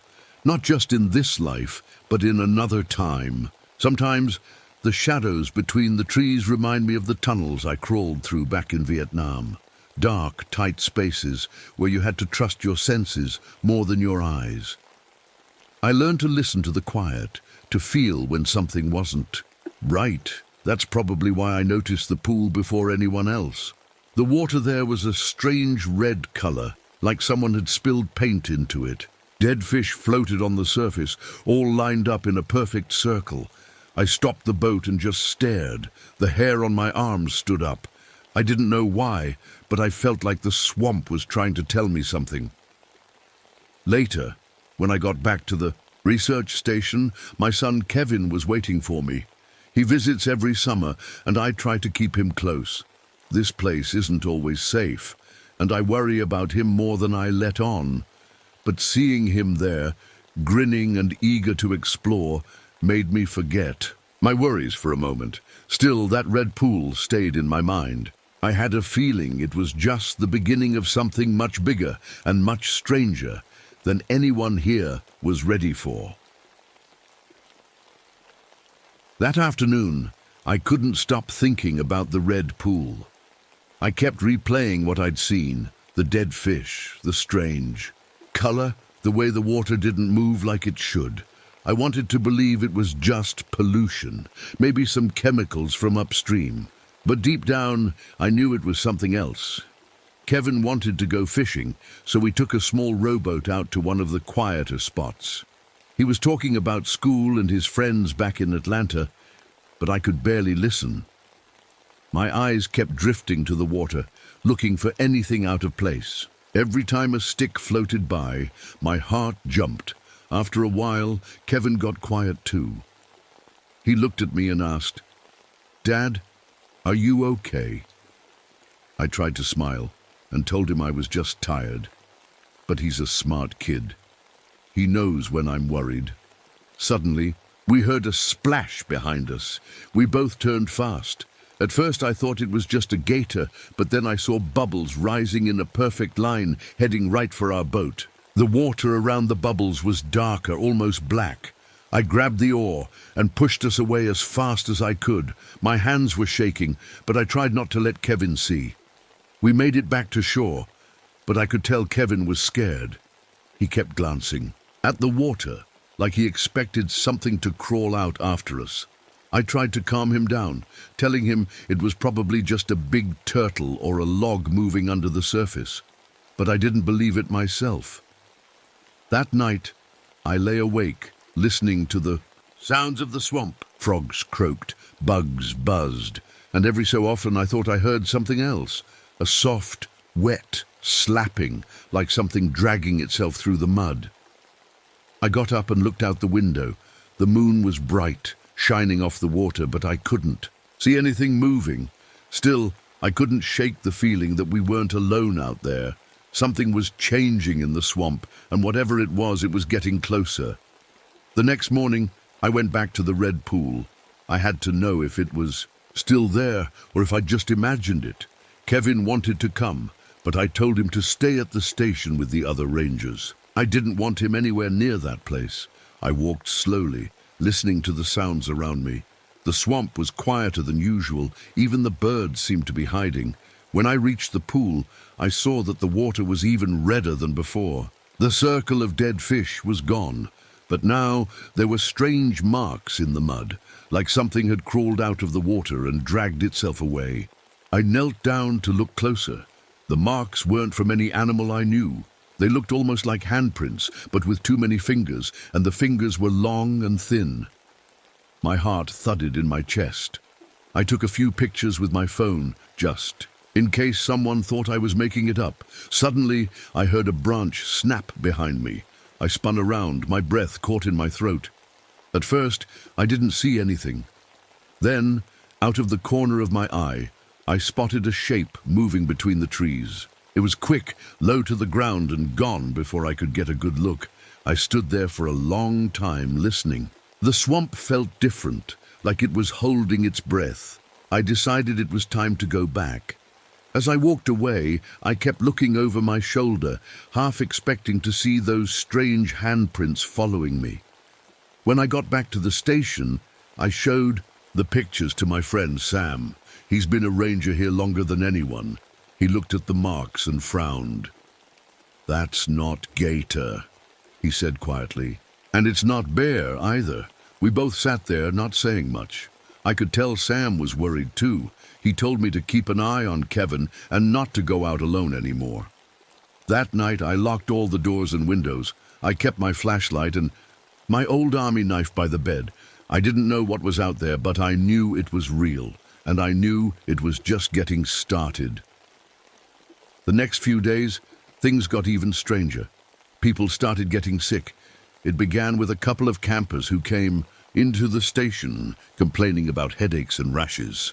Then some of the rangers started feeling weak and dizzy. Even Sam called in sick, which he never did. I tried to keep Kevin inside, but he was restless. He kept asking questions about the red pool and the marks I'd found. I didn't want to scare him, so I just told him to stay close and not wander off. I could tell he was worried, even if he tried to act brave. One afternoon, a scientist from the city showed up. Her name was Dr. Patel. She wore a mask and gloves and carried a big metal case. She said she'd heard about the sick campers and wanted to test the water. I took her to the pool, and we both stood there staring at the red water. Dr. Patel took some samples and looked at the marks in the mud. She didn't say much, but I could see the concern on her face. "This isn't normal," she finally said. "Something's living in that water, and it's making people sick." On the way back, she told me about a parasite she'd studied in another swamp. It started out small, but it could change and grow inside a person. Sometimes people didn't even know they were infected until it was too late. Her words made my skin crawl. That night, I checked on Kevin every hour. He was sleeping, but I kept thinking about the parasite. Was it already here? Was it spreading? I felt helpless, like the swamp was closing in around us. The next morning, Dr. Patel called me over. She looked tired and worried. "Marcus, whatever's in that water, it's not just a parasite, it's something new, something we've never seen before." Her voice was shaky. "We need to warn everyone, and we need to do it fast."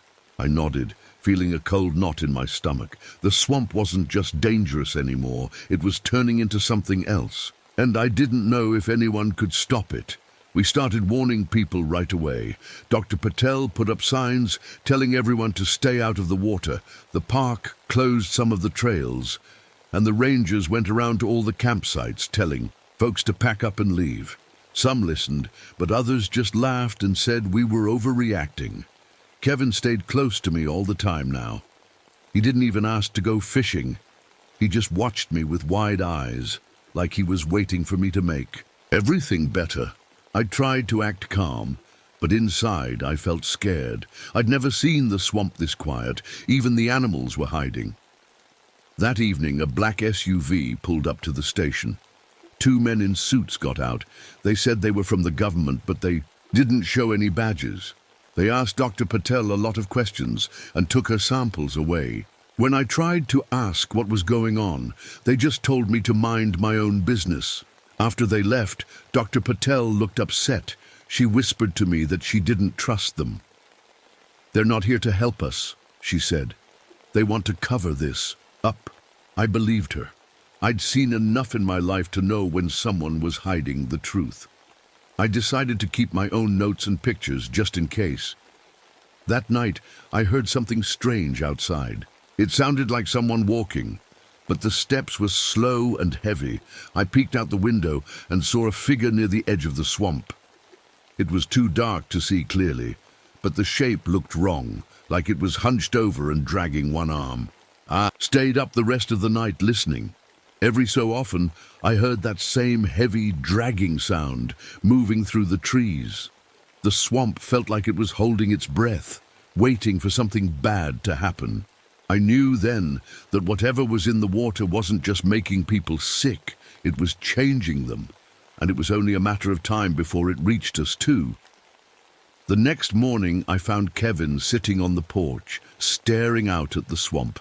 He looked pale and tired, like he hadn't slept at all. I sat down next to him and put my arm around his shoulders. He didn't say anything for a long time. Finally, he whispered, "Dad, I had a dream last night. I saw something in the water.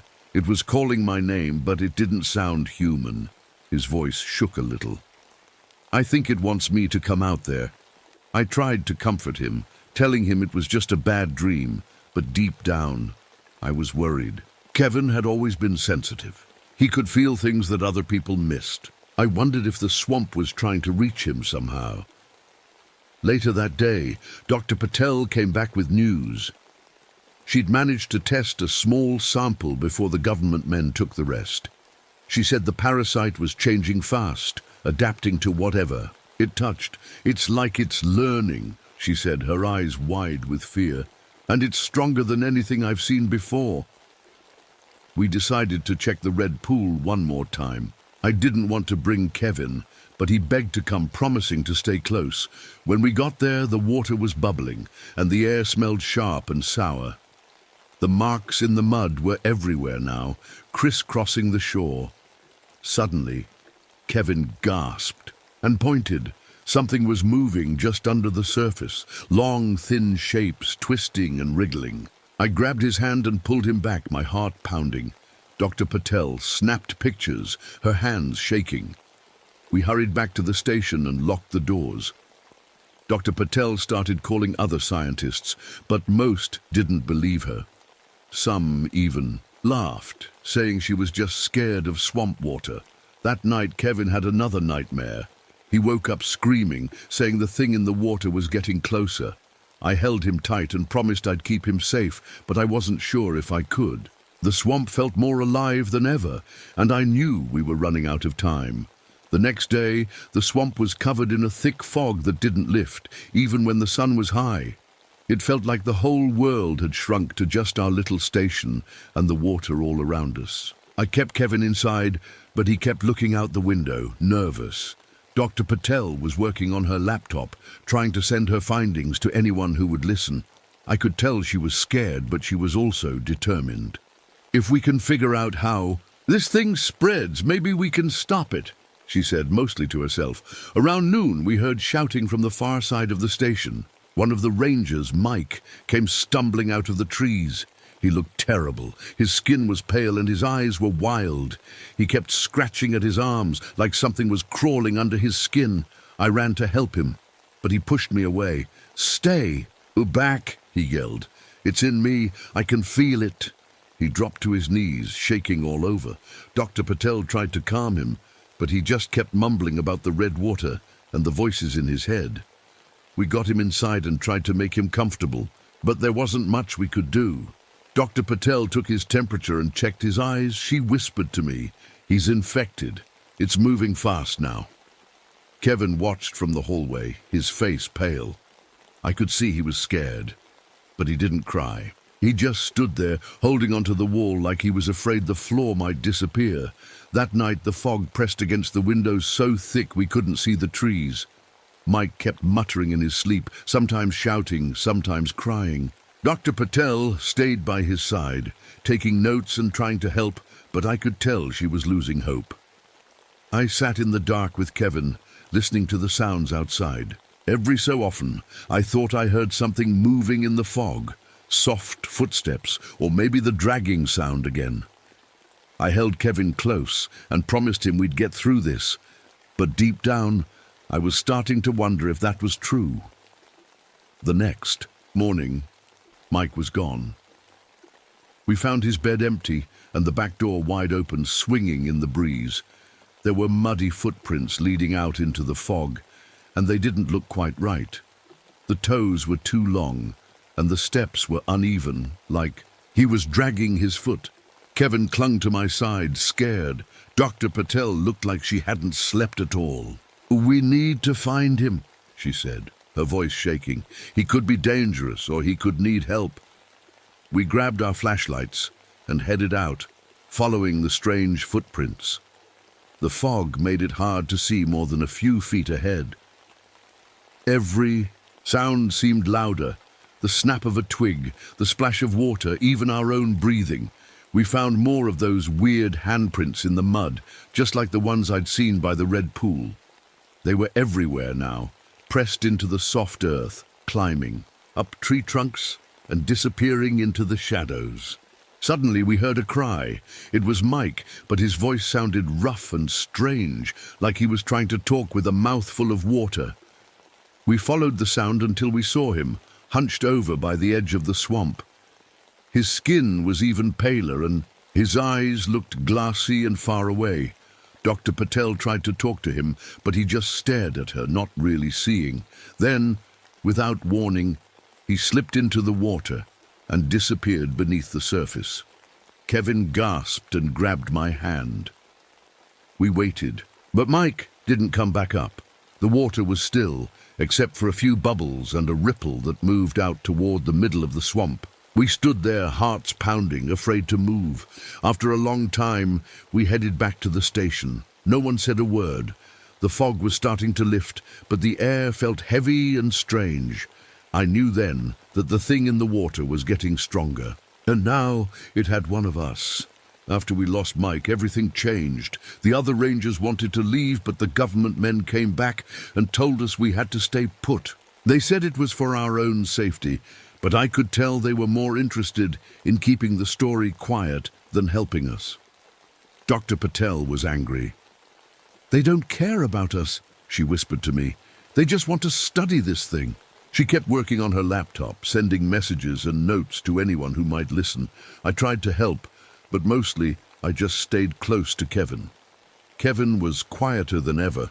He hardly ate, and he jumped at every sound. I could see how scared he was, and it broke my heart. I tried to be brave for him, but I was scared too. One night, as we sat together in the dark, we heard a tapping on the window. It was slow and steady, like someone was knocking with long fingers.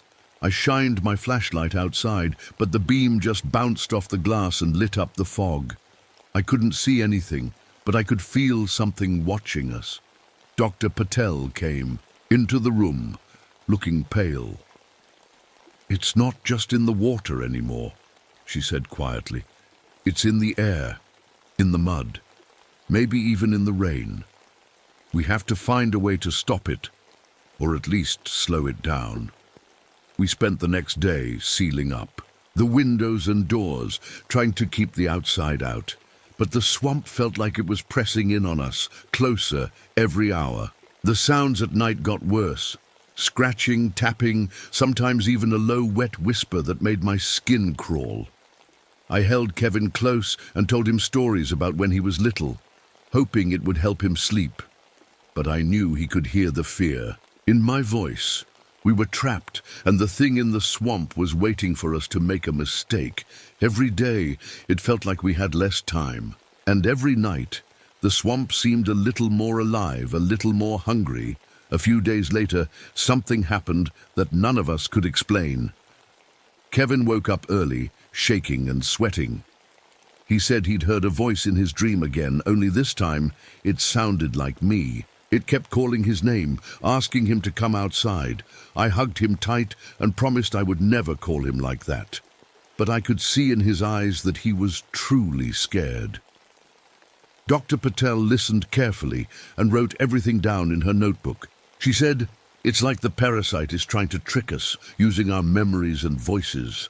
That morning, the government men started acting strange too. One of them, a tall man with a scar on his chin, began scratching at his neck and muttering to himself.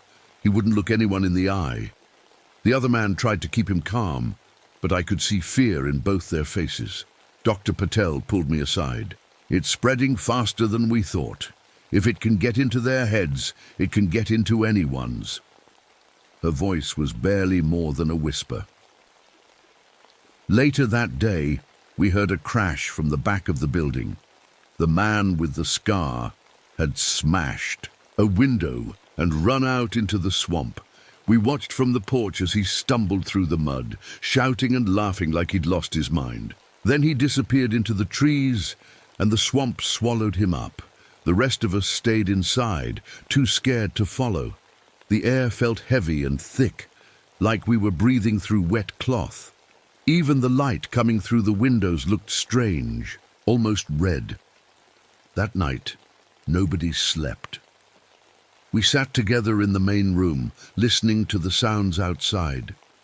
Every so often we heard footsteps in the mud or something brushing against the walls. Kevin held my hand so tight it hurt, but I didn't let go. The swamp was changing, and so were the people who went into it. I didn't know how much longer we could last, but I knew we had to try, for Kevin, for Dr. Patel, and for anyone else who might still be safe. The next morning, we woke to silence. No birds, no frogs, not even the buzzing of bugs. It was like the swamp itself was holding its breath. Kevin stayed close to me, and Dr. Patel barely looked up from her notes. The air inside the station felt thick and heavy, almost hard to breathe. Suddenly, we heard a knock at the front door. Not a tap, but a slow, steady knock, like someone was taking their time. I told Kevin to stay back and opened the door just a crack. Outside stood Sam, the old ranger. But something was wrong. His eyes looked empty, and his skin was grey and damp, like he'd been out in the swamp all night. He smiled, but it wasn't the smile I remembered. "Let me in, Marcus," he said in a voice that sounded almost normal, but not quite. "It's safe now. You can come out." I slammed the door shut and locked it. Kevin started to cry, and Dr. Patel grabbed my arm. "That's not Sam anymore," she whispered. "It's using him." We heard Sam's voice calling to us from outside, begging us to come out, promising that everything would be okay. But the words sounded wrong, like he was reading from a script. After a while, the voice faded, and we heard footsteps squishing. Away through the mud, we all sat together in the main room, too scared to move. Dr. Patel said, "The parasite is learning. It's not just taking over bodies. It's using their memories, their voices. It wants us to trust it." Kevin looked up at me, his eyes wide. "What if it gets inside here?" he asked. I squeezed his hand. "We won't let it," I said, even though I wasn't sure. The swamp was pressing in on us, and every hour it felt like it was getting harder to fight. That night, I stayed awake, listening for Sam's voice and watching the shadows move across the walls. I knew we couldn't stay locked up forever. Sooner or later, we'd have to face whatever was waiting out there. The next day, Dr. Patel came up with a plan. She said we needed to find out where the parasite was coming from. Maybe if we could find the source, we could stop it, or at least slow it down. I didn't like the idea of going back out there, but I knew she was right. We couldn't hide forever.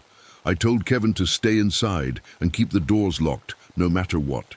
He hugged me tight and begged me not to go, but I promised I'd be careful and come back soon.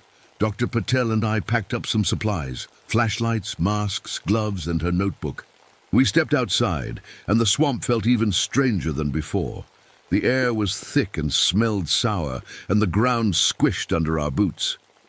We followed the old trail toward the red pool. Every step felt heavy, and the trees seemed to lean in, closer, like they were watching us. We didn't talk much, just listened for any sounds. Footsteps, voices, anything that didn't belong.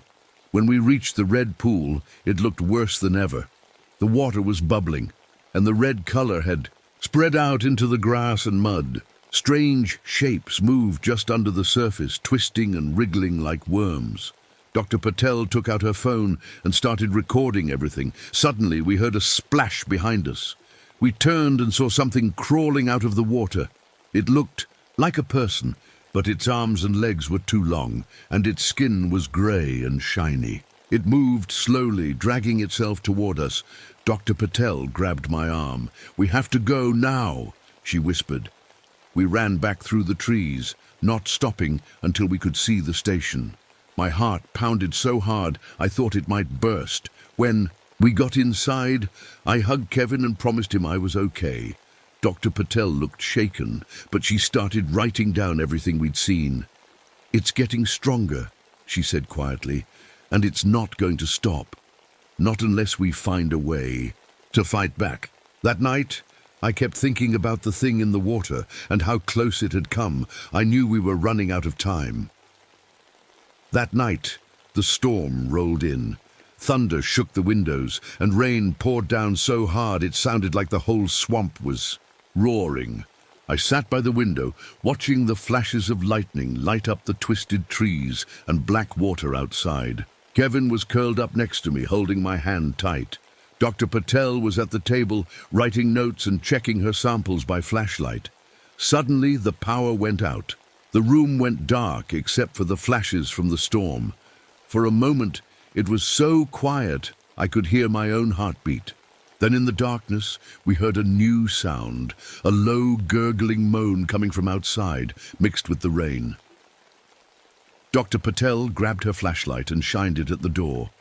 The beam caught a shape moving just outside the window. It was tall and thin, with long arms pressed against the glass. Its face was pale and stretched, and its eyes glowed when the lightning flashed. Kevin squeezed my hand so hard it hurt. "Don't let it in, Dad," he whispered. "I won't," I promised, even though I was scared too. The thing outside started tapping on the glass, slow and steady, just like Sam had done. It whispered our names, first mine, then Kevin's, then Dr. Patel's. The voice sounded wrong, like it was echoing from underwater. We backed away from the window and huddled together in the middle of the room. The tapping kept going, and the storm raged louder. I could feel the fear in the air, thick as the fog that used to cover the swamp. After what felt like forever, the tapping stopped. The storm moved on, and the thing outside was gone. But none of us slept that night. We just sat together, waiting for the sun to come up, hoping that somehow we'd find a way to survive one more day. When the sun finally rose, the swamp looked different. The water was higher from all the rain, and the trees seemed to lean in, even closer than before. Everything was quiet, too quiet. I checked every window and door to make sure nothing had gotten in during the night. Dr. Patel called us over.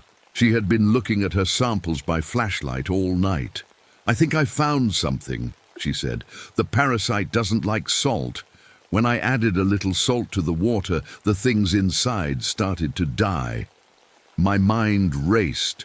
We didn't have much salt, just what was left in the kitchen, but maybe it would be enough to protect us for a little while. Dr. Patel said we could try sprinkling salt around the doors and windows just to see if it helped. Kevin and I worked together, pouring lines of salt everywhere we could. It felt silly, like something out of an old story, but we were willing to try anything. As we worked, I noticed Kevin seemed a little braver, like having a job to do gave him hope. The day passed slowly. We stayed inside, listening for any strange sounds. Every once in a while, I thought I saw something moving between the trees, but it never came close. Dr. Patel kept working on her notes, trying to figure out how we could stop the parasite for good. That night, we all slept in the same room, just in case. The salt lines stayed unbroken, and nothing tapped on the windows. For the first time in days, I felt like we had a chance. But deep down, I knew the swamp wasn't done with us yet. The calm felt uneasy, like the quiet before another storm. I held Kevin close and whispered that I loved him, promising we'd get through this together. I just hoped I could keep that promise. The next morning, the air felt heavy and thick, almost sticky. The salt lines were still there, but outside the swamp looked even darker than before. I could see shapes moving far away between the trees. Too far to make out, but enough to keep my heart pounding. Dr. Patel was hopeful about the salt, but she knew it was only a small fix. "We need to find a way to stop this at the source," she said. "If we don't, it will just keep spreading." We talked about what to do next. Dr. Patel thought if we could dump a big bag of salt into the red pool, it might kill the parasite, or at least slow it down. The problem was, we didn't have enough salt and the nearest store was hours away. But then Kevin spoke up, his voice small but steady. "There's a big bag of salt in the maintenance shed," he said. "I saw it last week when I was helping Sam." I looked at Dr. Patel, and for the first time in days, I saw a little hope in her eyes. We decided we had to try.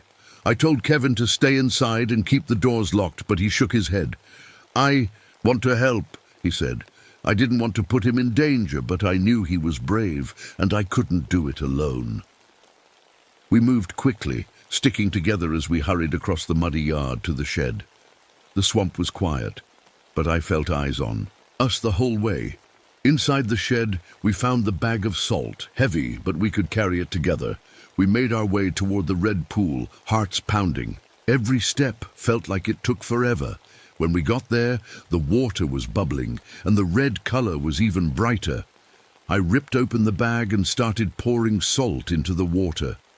Dr. Patel helped, and Kevin stood close, watching the water carefully. At first, nothing happened. Then slowly, the bubbling slowed down. The red color faded a little, and the strange shapes under the water stopped moving. For a moment, the swamp was quiet again. We hurried back to the station, not looking back. That night, we all slept a little easier. hoping we had finally done something right. But I knew the fight wasn't over yet.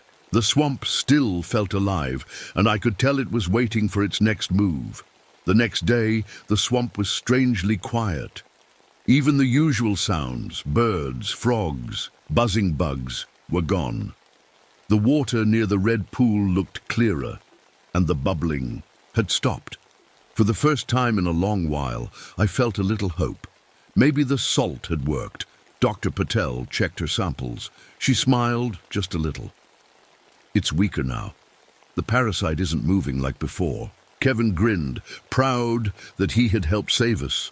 I ruffled his hair and told him he was the bravest kid I knew, but I still felt uneasy. The swamp wasn't normal yet. The air was thick, and the trees seemed to lean in, as if they were listening. I kept checking the windows, half expecting to see someone or something watching us. That afternoon, we heard a noise at the edge of the clearing. It sounded like footsteps, slow and heavy. I peeked outside and saw a shape moving between the trees.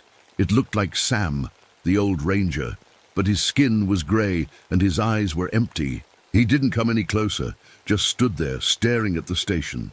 Dr. Patel whispered, "He's still out there. Maybe the parasite is weak, but it's not gone." We stayed inside, holding our breath, waiting for Sam to leave. After a while, he turned and disappeared into the trees. I felt sad and scared at the same time. Sam had been my friend, and now he was just a shadow. That night, Kevin asked me if things would ever go back to normal. I hugged him close and told him I hoped so. Dr. Patel said we should keep watching the swamp and keep the salt lines strong, just in case. As I lay in bed, I listened to the quiet outside. The swamp had changed us, and I knew we'd never forget what happened. But we were still here, still together, and for now, that was enough. The next few days passed slowly. The swamp stayed quiet, but we didn't let our guard down. Every morning, Kevin and I checked the salt lines around the doors and windows. Dr. Patel kept testing her samples, making sure the parasite was still weak. We ate simple meals together and tried to act normal, but the fear was always there, just under the surface. One afternoon, a heavy rain started to fall. I worried the salt lines would wash away, so Kevin and I hurried outside to pour more salt. Around the station, the rain soaked us to the bone, but we didn't stop until every line was thick and clear. As we finished, I heard a strange sound coming from the swamp. A low, rumbling growl, almost like the earth itself was angry. The trees swayed, and the water near the red pool started to ripple again. Dr. Patel ran out to join us, her face pale. "It's fighting back," she said. "The parasite is trying to survive." Suddenly, we saw shapes moving in the water, long, thin arms reaching up, twisting and grabbing at the air. Kevin grabbed my hand, and I pulled him close. We backed away from the pool, our hearts pounding. Dr. Patel shouted, "Get inside!" We ran for the station, slamming the door behind us. The shapes in the water thrashed and splashed, but they didn't cross the salt lines. We watched from the window as the storm raged and the swamp seemed to scream. After a while, the shapes sank back under the water. The rain slowed, and the swamp grew quiet again. We all sat together in the main room, soaked and shaking. Kevin looked up at me. "Is it over?" he asked. I didn't know what to say. The swamp was quieter, but I could still feel it watching us. I hugged Kevin and told him we'd done everything we could. Dr. Patel nodded, but I could see the worry in her eyes. That night, we stayed close, listening to the rain and hoping the worst was finally behind us. But deep down, I knew the swamp would never be the same. The next morning, the sun finally broke through the clouds, shining bright and warm over the swamp. For the first time in what felt like forever, I heard birds singing and frogs croaking again. The air smelled fresh, not sour or heavy. It was like the whole swamp was taking a deep breath. We checked the red pool together. The water was clear, and the strange red color was gone. No more bubbling, no more shapes moving underneath. Dr. Patel tested the water and smiled. "It's clean," she said. "The parasite is gone." Kevin grinned and hugged me tight. I felt so proud of him and so relieved. We walked back to the station, feeling lighter with every step. Dr. Patel started packing up her things. She said she would send her notes and samples to other scientists so they could learn from what happened here. The government men never came back. Maybe they were too scared, or maybe they just wanted to forget. We cleaned up the station and took down the warning signs. The other rangers started to return, and life slowly went back to normal, but nothing would ever be quite the same. We had seen what the swamp could do, how it could change, and how it could fight back. Sometimes when the fog rolls in and the water gets very still, I remember those nights. I remember the fear, the voices and the things moving in the dark. But I also remember how brave Kevin was and how we stuck together, no matter what. Now every time I walk through the swamp, I carry a little salt in my pocket, just in case. And I never forget to listen to the quiet, to watch for things that don't belong. The swamp gave us back our lives, but it also gave us a warning. We survived, we learned, and we'll never forget.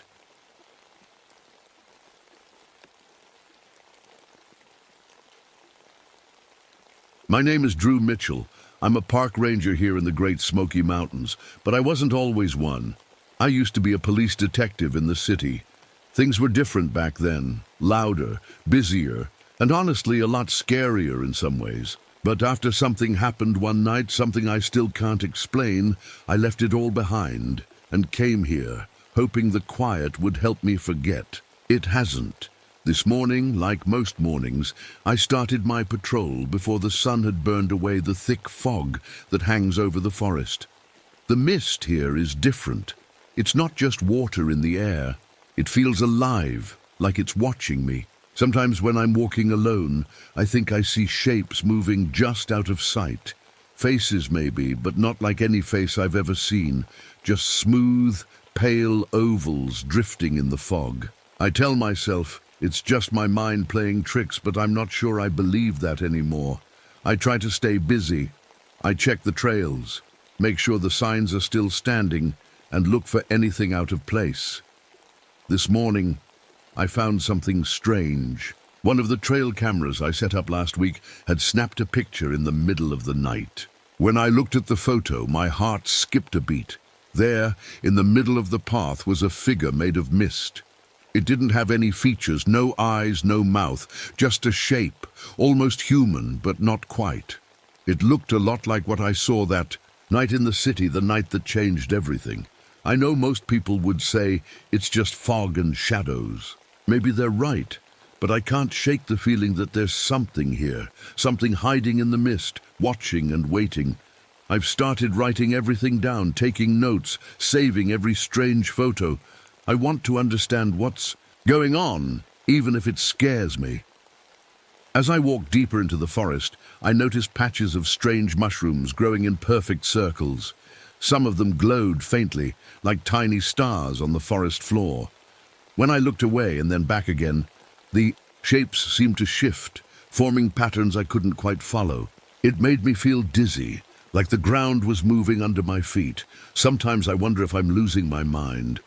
But then I remember that night in the city, the face in the fog, and I know I have to keep searching for answers. Even if no one else believes me, I have to find out what's really hiding in the mist. The next day, I woke up early. The fog was even thicker than before, curling around my cabin like a blanket. I made myself a cup of coffee and tried to shake off the uneasy feeling. In my stomach, my radio crackled, but there were no messages. It was just me and the quiet. After breakfast, I grabbed my notebook and camera and headed out. I wanted to check on the mushroom circles I'd seen yesterday. Maybe there was a simple reason for them. Maybe animals had made them. Or maybe it was just a weird way the mushrooms grew here. But deep down, I felt there was more to it. As I walked, I heard a soft humming sound. At first, I thought it was just the wind in the trees, but then I realized it was coming from the ground. I knelt down next to one of the glowing mushroom circles and listened. The sound was gentle, almost like a song, but not a song I'd ever heard before. It made the hair on my arms stand up. I took a few pictures and wrote down everything I noticed. The mushrooms were cool and sticky to the touch, and when I pressed my finger against one, it left a faint blue mark on my skin. I wiped it off, but it didn't go away right away. That made me nervous, but I tried not to show it. As I stood up, I spotted someone through the trees. At first, I thought it was just another hiker, but as they got closer, I realized it was Maddie, the artist who lived in the little house at the edge of the park. She was carrying a sketchbook and looked just as surprised to see me as I was to see her. "Morning, Drew," she said, her voice quiet. "Did you hear that music too?" I nodded. "Yeah, I thought I was imagining it." She smiled, but it was a nervous smile. "I've been drawing these mushrooms for weeks. They're everywhere now. And sometimes, when I'm painting, I feel like something is watching me." We stood there in the fog, listening to the strange humming. Neither of us spoke for a while. The forest felt different, like it was holding its breath. Finally, Maddie said, "Maybe we should try to figure this out together." I agreed. I didn't want to face whatever was out there alone. We decided to meet the next morning and start searching for answers. As I walked back to my cabin, I couldn't help but wonder what we would find, and if we really wanted to know. Chatted. Next morning, Maddie met me by the old wooden bridge just as the sun was starting to rise. The fog was still thick, swirling around our feet as we walked. Maddie carried her sketchbook, and I had my camera and notebook.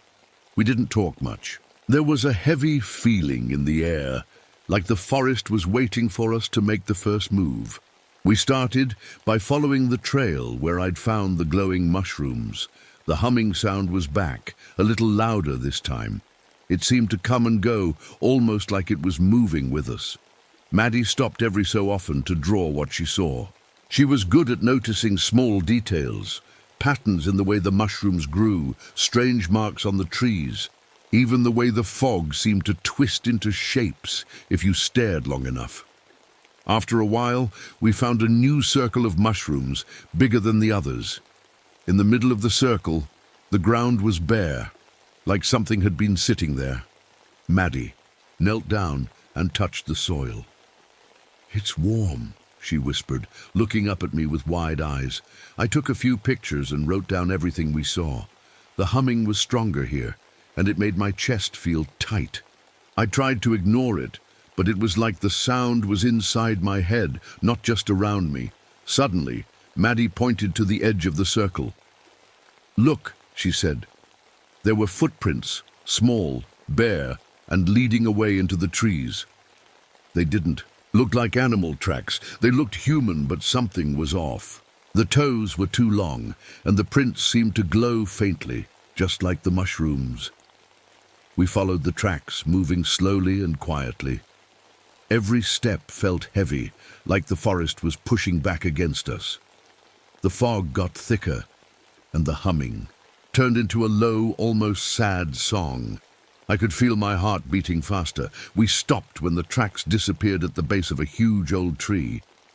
The bark was covered in strange blue marks, the same color as the stain the mushroom had left on my finger. Maddie reached out and touched the tree, then quickly pulled her hand back.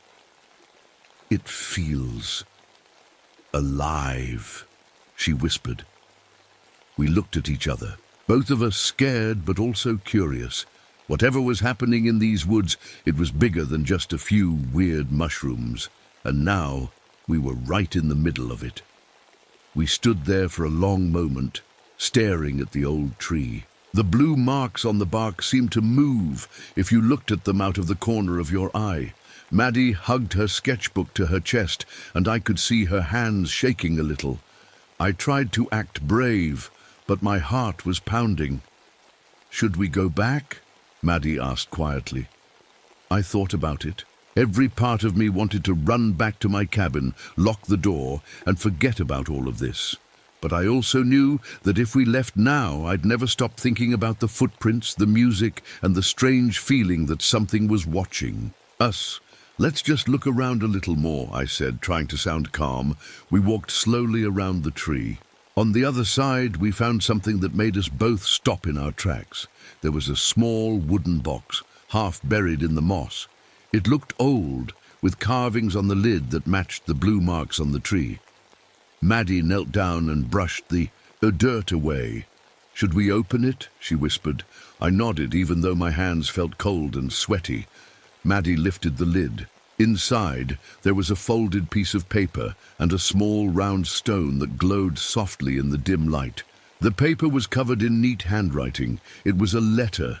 I read it out loud. The letter talked about the keepers of the mist and warned anyone who found the box to be careful. It said the mushrooms and the fog were connected and that something ancient was waking up in the woods. The letter ended with a warning: "Do not follow the music." Maddie and I looked at each other. The humming sound was still there, even louder now, like it was trying to pull us deeper into the forest.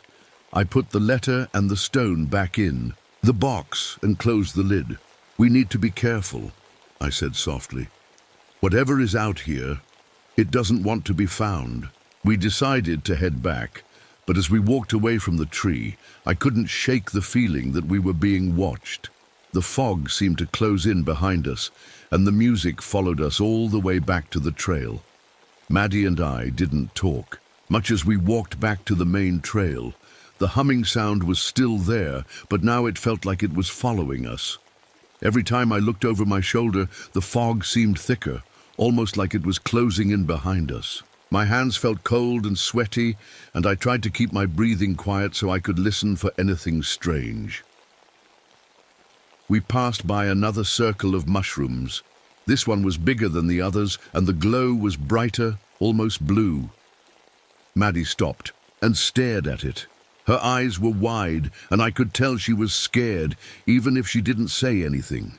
I felt the same way. I wanted to keep walking, but my feet felt heavy, like the ground was holding onto my boots. All at once, we heard a twig snap nearby. We both froze.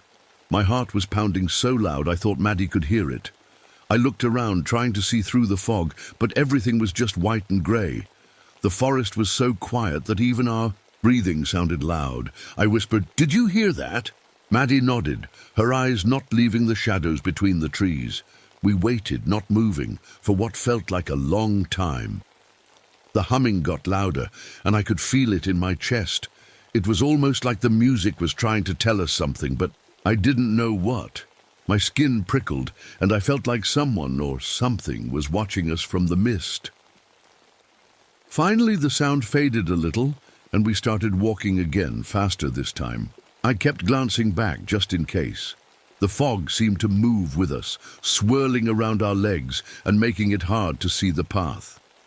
Every little sound made me jump. A bird flapping its wings, a branch creaking in the wind. I tried to tell myself it was all normal, but it didn't feel normal at all.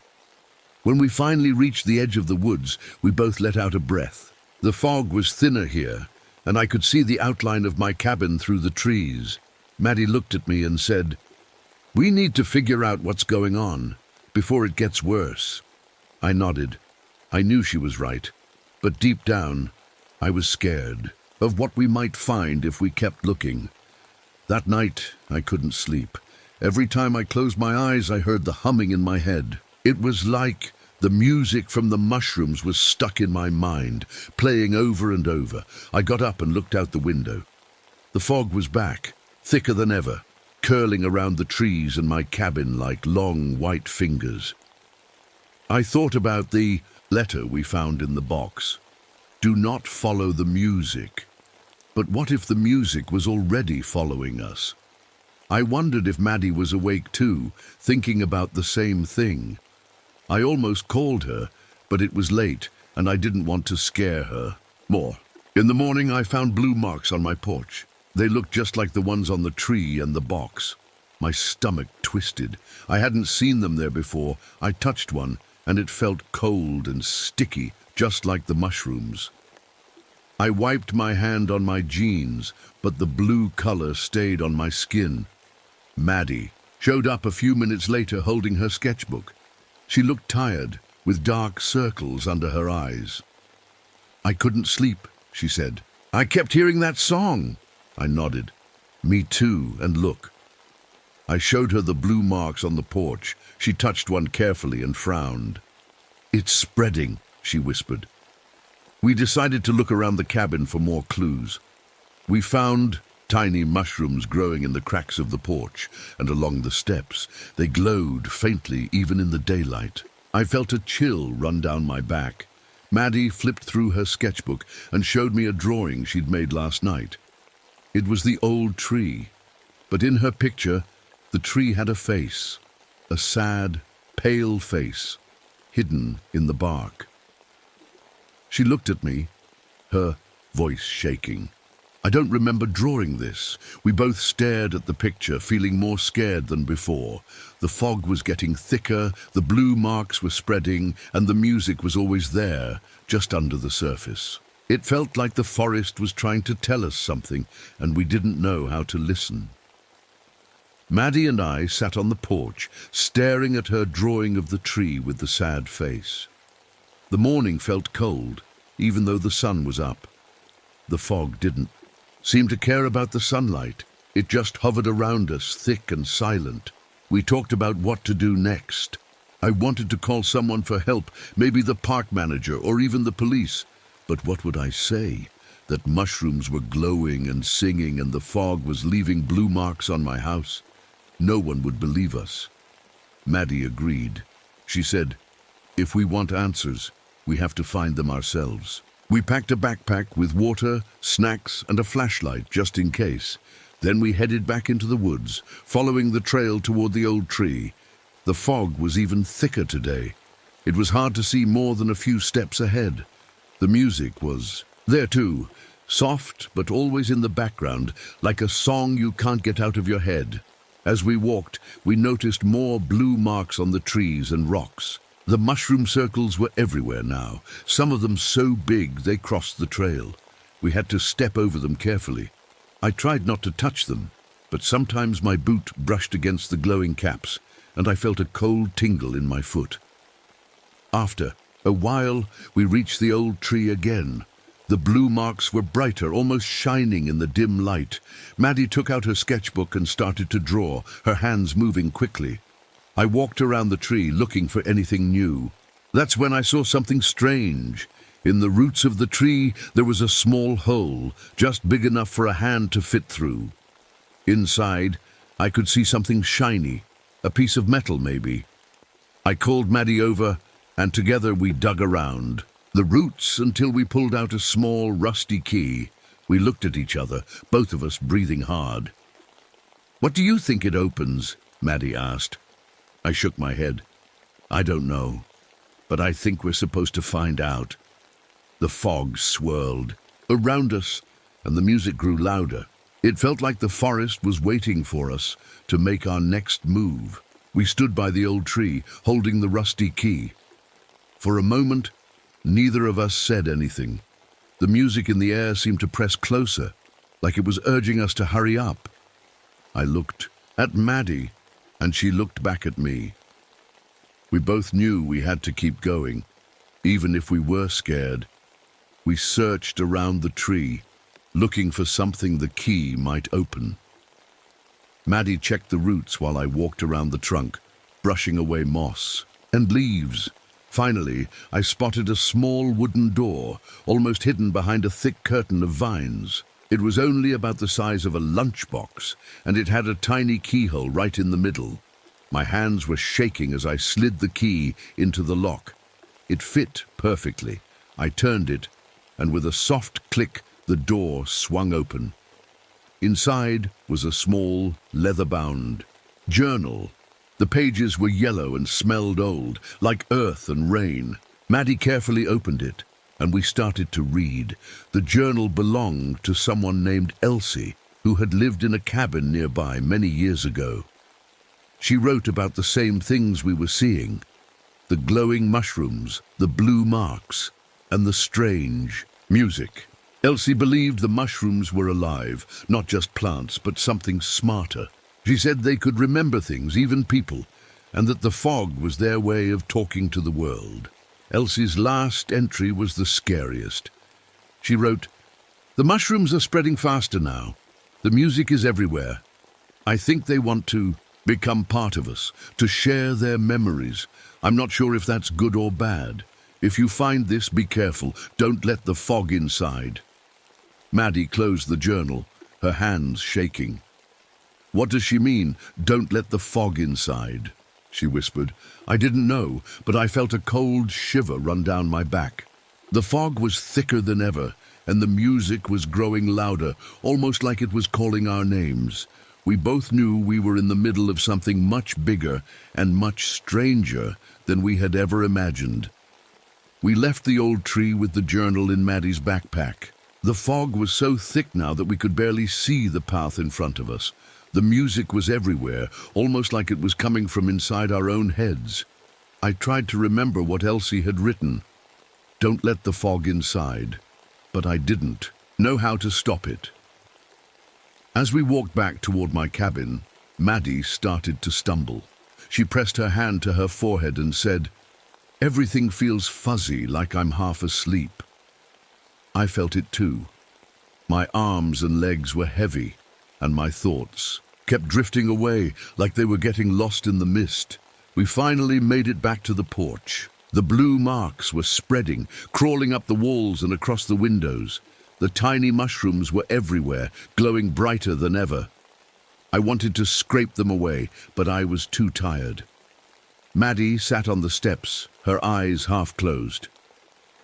"I keep hearing voices in the music," she whispered. "They sound sad." I sat down next to her, trying to stay awake. I flipped through the journal, looking for anything that might help us. One page caught my eye. Elsie had drawn a picture of the mushrooms, with lines reaching out from them like roots, connecting to the fog and to people's faces. Underneath, she had written, "They remember everything. They want to share it." I looked at Maddie. "Maybe the mushrooms are trying to talk to us," I said quietly. "Maybe they're not trying to hurt us. Maybe they just want us to listen." Maddie nodded slowly. "But how do we listen without getting lost?" I didn't have an answer. The fog pressed against the windows, and the music grew louder, almost like it was inside the cabin now. I felt a strange mix of fear and sadness, like I was on the edge of understanding something important, but also dangerous. We sat there together, holding the journal, waiting for the fog to clear or for the music to finally tell us what it wanted. The fog didn't clear that night. In fact, it pressed even closer, wrapping around the cabin and making everything outside look blurry and strange. Maddie and I tried to stay awake, but the music in the air made our eyelids heavy. It was almost like a lullaby, but not a comforting one. It made us feel lost and a little scared. I kept reading Elsie's journal, hoping for a clue. There was one last entry that caught my eye. It said, "If you listen with your heart and not just your ears, you'll understand. The mushrooms remember the people who walked here before us. They want to share their stories so they're not forgotten." I looked at Maddie. "Maybe we have to let them show us," I said softly. "Maybe that's what the music is for." Maddie nodded, but she looked nervous. "What if we get stuck? What if we can't come back?"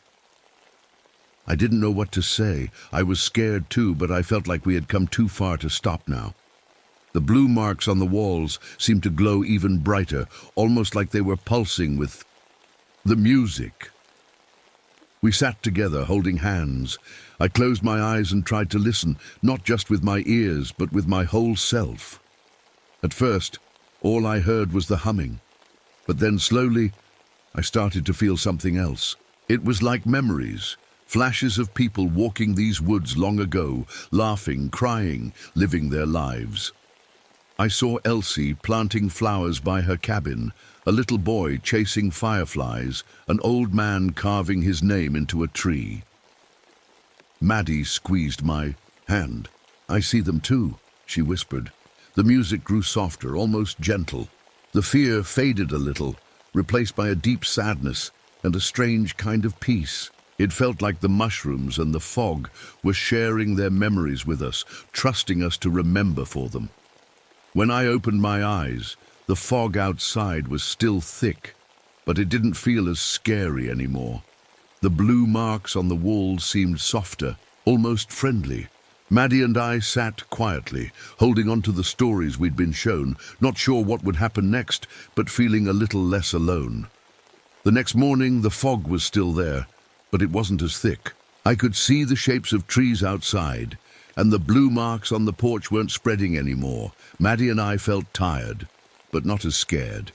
It was like the forest had calmed down a little after sharing its memories with us. We made some breakfast and sat at the table, talking quietly about what we'd seen and felt. Maddie said she still heard the music, but now it sounded softer, like a gentle song in the background.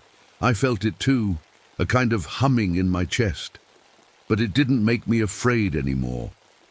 We decided to go back outside and check on the mushrooms. The circles were still there, glowing faintly in the daylight. When we walked closer, I noticed that the mushrooms seemed to lean toward us, almost like they were listening. Maddie knelt down and touched one gently. She smiled and said, "It's warm." I remembered what Elsie wrote about the mushrooms wanting to share their stories. I wondered if other people had ever listened to them before, or if Maddie and I were the first. It made me feel special, but also a little nervous. As we walked through the woods, we saw more blue marks, but now they looked more like drawings than stains, shapes of animals, trees, and even faces. It was like the forest was telling its story in pictures, not just music. Suddenly we heard voices coming from the main trail. 2 men in uniforms were walking toward us. They looked serious and a little worried. One of them said, "We've had reports of strange things in the woods. Are you two all right?" Maddie and I looked at each other. We didn't know what to say. Would anyone believe what really happened? I just nodded and said, "We're okay. We were just listening." The men looked at us strangely, but they didn't ask any more questions. As they walked away, Maddie squeezed my hand. "Do you think the forest will be all right now?" she asked. I looked around at the glowing mushrooms and the gentle blue marks. "I think it will," I said, hoping I was right. But deep down, I knew the forest would always have its secrets, some meant to be shared and some meant to stay hidden. The days that followed felt different. The fog still came and went, but it didn't feel as heavy or scary anymore. Maddie. And I kept going back to the old tree and the mushroom circles. We listened to the music and tried to understand the stories the forest was sharing with us. One afternoon, we found a new circle of mushrooms near the river. This one was smaller, but in the middle was something we hadn't seen before. A tiny wooden figure carved to look like a person.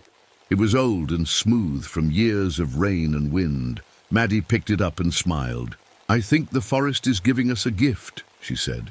We brought the little figure back to my cabin and put it on the windowsill. That night, the music in the air sounded happier, almost playful. I could feel the difference, like the forest was thanking us for listening and not being afraid. But there were still moments when the woods felt tense, like something was watching from the shadows. Sometimes, when I walked alone, I saw shapes moving in the corner of my eye or heard whispers in the fog. I tried not to let it scare me. I remembered Elsie's words, "Don't let the fog inside." I knew now she meant not to let fear take over. Maddie kept drawing what she saw. Her sketchbook was full of pictures, mushrooms, trees, faces in the bark, and swirling blue marks. She showed them to me, and we talked about what they might mean. We both felt like we were part of something bigger now, like the forest trusted us with its secrets. One evening, just before sunset, Maddie and I sat on the porch, watching the fog roll in. The blue marks on the cabin glowed softly in the fading light. I felt calm, even though I knew the woods would always be a little strange and mysterious. "We'll keep listening," I said quietly. Maddie nodded, her eyes shining in the dusk. And as the music drifted through the air, I knew we were exactly where we were meant to be. A few days later, Maddie and I woke up to find the fog was gone. The air was clear and bright, and sunlight poured through the trees. It felt strange after so many days of mist and shadows. I stepped outside and took a deep breath, feeling the warmth on my face. The blue marks on the cabin were fading, and the mushrooms didn't glow as much in the daylight. Maddie joined me on the porch, holding her sketchbook. "It feels different today," she said softly, "like the forest is resting." We decided to take a walk, just to see what had changed. The woods looked normal again, but we still noticed little things. Tiny mushrooms in the grass, faint blue marks on tree trunks, and every now and then a soft hum in the air. It was quieter, but the magic was still there if you paid attention. As we walked, Maddie told me about a dream she'd had. She dreamed she was walking through the woods, but the trees were whispering to her, telling her stories about the people who had come before us. She said the voices sounded happy, not sad. I liked that idea. Maybe the forest was at peace now, knowing someone was listening. We reached the old tree and stood there for a while. The small door was still there, but the key was gone. It felt like the end of a chapter, but not the end of the story. I touched the bark and felt a gentle warmth, almost like the tree was saying thank you. On the way back to the cabin, we saw the two men in uniforms again. They waved at us and asked if everything was all right. I smiled and said, "Yes, everything's okay now." They seemed relieved and walked away, probably thinking we were just two people who loved the woods a little too much. That night, as the sun set and the sky turned pink and gold, Maddie and I sat on the porch and listened. The music was still there, soft and far away, but it felt like a friend now instead of something to fear. I knew the forest would always have its secrets, but I also knew we'd always be part of its story. As the days passed, life in the woods slowly returned to normal. Maddie and I kept our routine. Morning walks, checking the trails, and listening for the soft music that sometimes drifted through the trees. The forest felt calmer now, but every once in a while we'd find a new blue mark or a tiny mushroom, growing in a place we hadn't seen before. It was like the woods wanted to remind us that its secrets were still there, just waiting to be noticed. One afternoon, Maddie brought over a painting she'd finished. It showed the old tree, the circles of mushrooms and the swirling fog, but in her picture, everything looked peaceful. The faces in the bark were smiling, and the blue marks glowed gently, like little lights in the night. She hung the painting in my cabin right above the fireplace. Every time I looked at it, I felt a little braver. Sometimes I'd wake up in the middle of the night and hear the music again, soft, almost like a lullaby. I'd lie there and listen, feeling safe instead of scared. I wondered if Elsie, the woman from the journal, had ever felt this way before she disappeared. Maybe she had, and maybe she was part of the forest now, her memories living on in the mushrooms and the fog. Maddie and I talked about telling other people what we'd seen, but we decided to keep it our secret for now. We didn't want anyone to come looking for answers and end up lost in the mist. The woods had trusted us, and we wanted to respect that. One evening, as the sun set and the sky turned deep blue, Maddie and I sat on the porch, side by side. The air was cool, and the last bit of fog curled around the trees like a soft blanket. I looked at Maddie and smiled. "We'll always remember, won't we?" She nodded. "Always." The music played quietly in the background, and I knew that, even if the rest of the world never believed our story, the forest would remember us, just like we remembered it.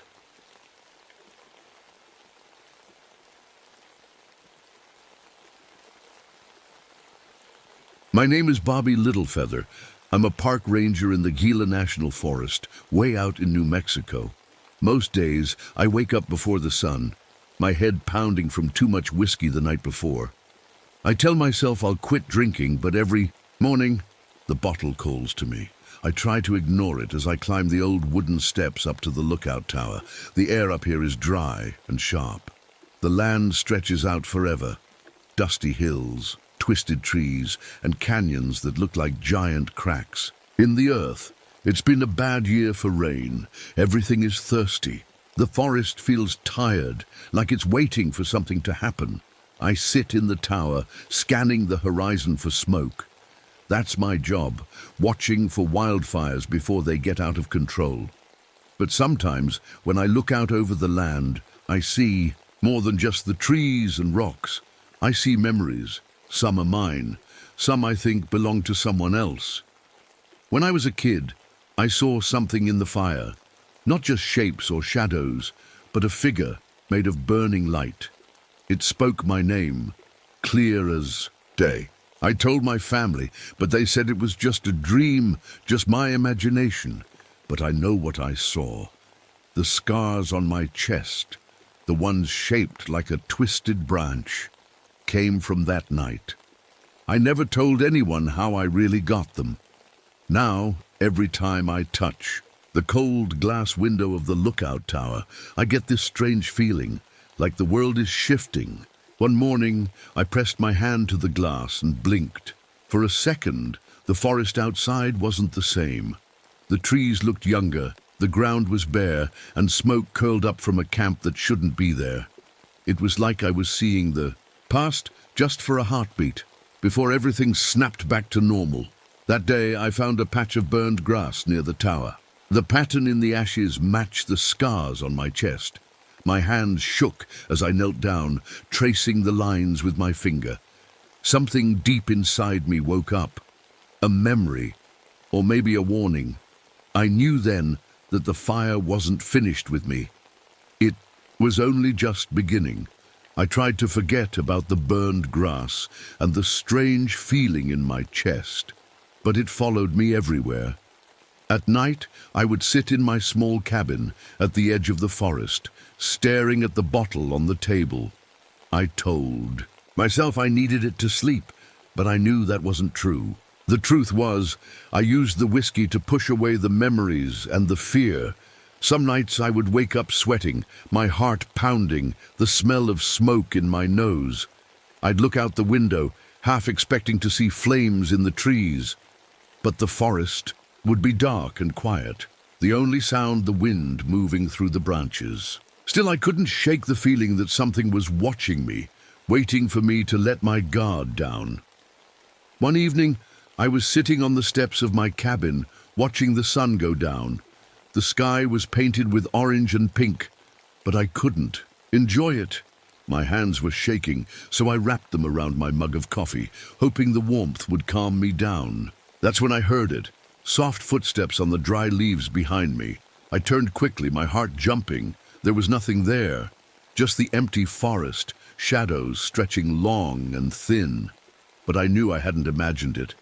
I could feel eyes on me, just out of sight. I stood up and walked toward the trees, calling out, "Hello, is someone there?" My voice sounded small in the big, quiet woods. No one answered. I waited, listening, but all I heard was the wind. I went back inside and locked the door, feeling silly but also scared. I told myself it was just an animal, maybe a deer or a fox, but deep down I knew it was something else, the same thing that left the scars on my chest and burned the pattern in the grass. That night I didn't drink. I wanted to keep my mind clear just in case. I lay in bed staring at the ceiling, listening for footsteps. The forest was calm, but I couldn't relax. I knew the fire was coming for me again. I just didn't know when. The next morning I woke up early. The sun was just starting to rise, making the sky look pink and soft. I felt tired, but I didn't want to stay in bed. I put on my ranger hat and boots, grabbed my flashlight, and stepped outside. The air was cool and fresh, but I still felt that strange heaviness in my chest. I decided to walk back to the spot where I found the burned grass. Maybe I'd find something I missed before. The forest was quiet, except for the crunch of leaves under my feet. As I got closer, I noticed something new, a small feather, black as night, lying in the middle of the ashes. I picked it up and turned it over in my hand. It felt warm, almost like it had just come from a fire. Suddenly, I heard a whisper, soft as the wind. It sounded like my name. Bobby. I spun around, but no one was there. My heart started to race. I looked at the feather again, and for a second it seemed to glow with a faint orange light, like an ember. I put the feather in my pocket and hurried back to the lookout tower. I climbed up and looked out over the forest. Everything looked normal, but I couldn't shake the feeling that something was different. I kept thinking about the feather and the voice. Was I going crazy, or was something really happening out here? I tried to distract myself by doing my usual checks, radioing the other rangers, writing in my logbook and scanning the trees for smoke. But my eyes kept drifting back to the spot where I found the feather. I felt like the forest was holding its breath, waiting for something to happen. As the day went on, the sky grew cloudy. The wind picked up, rattling the windows of the tower. I watched as the shadows grew longer and the light faded. I felt alone, but not in a peaceful way. It was the kind of alone that makes your skin crawl, like you're being watched by something. You can't see. That night I kept the feather by my bed. I hoped it would help me understand what was going on, but as I closed my eyes, I heard the whisper again, closer this time. Bobby! My heart pounded, and I knew the forest was trying to tell me something. I just didn't know what. The next day I felt different. It was like I was carrying a secret, but I didn't even know what it was. I kept the black feather in my pocket, touching it every now and then, just to make sure it was real. I didn't tell anyone about it. I wasn't sure what I would even say. I went about my usual work, checking the trails, clearing fallen branches, and making notes in my little notebook. But everywhere I went, I felt like I was walking through a memory. The trees seemed older. The rocks seemed to remember things I didn't. Sometimes, when I blinked, I'd see flashes, quick pictures in my mind, of people dressed in old clothes, sitting around fires, talking in a language I didn't understand. At lunchtime, I sat on a log and ate my sandwich. The forest was quiet, almost too quiet. I heard a crackle behind me, like someone stepping on a twig. I turned around fast, but again, nothing was there. My hands felt shaky and my heart beat faster. I tried to calm myself by humming a song. My grandma used to sing, but the feeling didn't go away. Later, as I walked back to the lookout tower, I noticed something strange. There were footprints in the dirt, bare feet, small and light, leading off the trail and into the thickest part of the woods. I bent down to look closer. The prints looked fresh, like someone had just walked there. But I hadn't seen anyone. All day, I followed the footprints for a little while, but they disappeared near a big, old tree with twisted roots. I stood there listening. The wind rustled the leaves, and for a moment, I thought I heard voices, soft and far away, like people talking around a campfire. I backed away slowly, feeling goosebumps on my arms. I hurried back to the tower, locking the door behind me. I sat down, holding the feather tight in my hand. I knew something strange was happening in the forest, and somehow it was connected to me. I just didn't know how or why, but I was sure of one thing.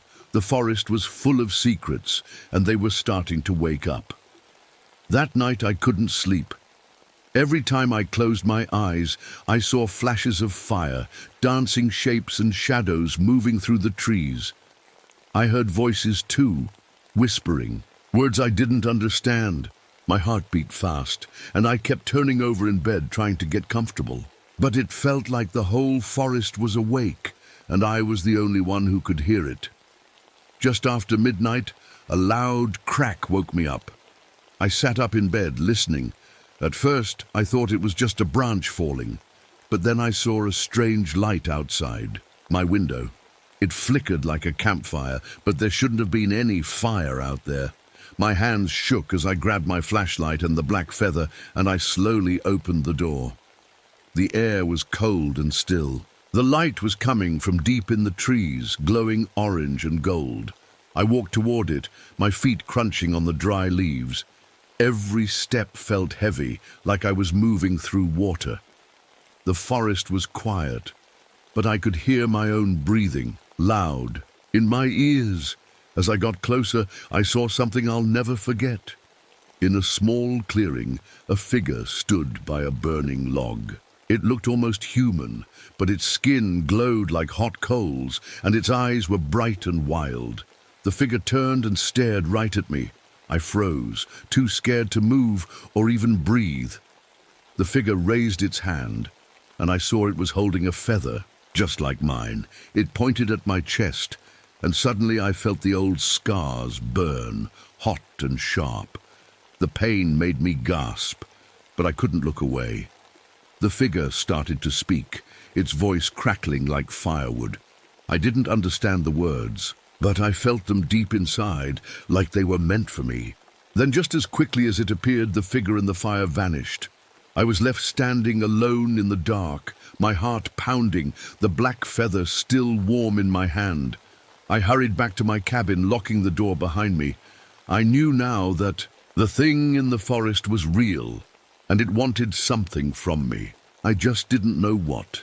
The next morning I felt weak and tired, like I hadn't slept at all.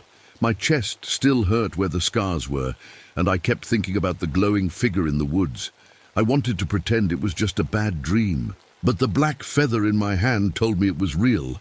I decided to call my friend Maria, another ranger who worked a few miles away. She was the only person I trusted enough to talk to about this. When she answered the radio, I tried to sound normal, but my voice was shaky. "Hey, Maria, have you ever seen anything strange out here? Like lights in the woods or heard voices?" At night, there was a long pause. Then she answered, her voice quiet. "Sometimes my grandma used to say the forest remembers things, old things." "Why, Bobby? Did you see something?" I hesitated, then told her about the feather, the footprints, and the burning figure. She listened without interrupting. When I finished, she said, "You should come to my cabin tonight. I have something to show you." All day, I felt nervous. I kept checking the windows, half expecting to see the fiery figure watching me. When the sun started to set, I grabbed my flashlight and the feather, locked up my cabin, and walked the trail to Maria's place. The forest felt even quieter than usual, like it was waiting for something. Maria met me at the door. She looked serious but not scared. She led me inside and showed me an old wooden box.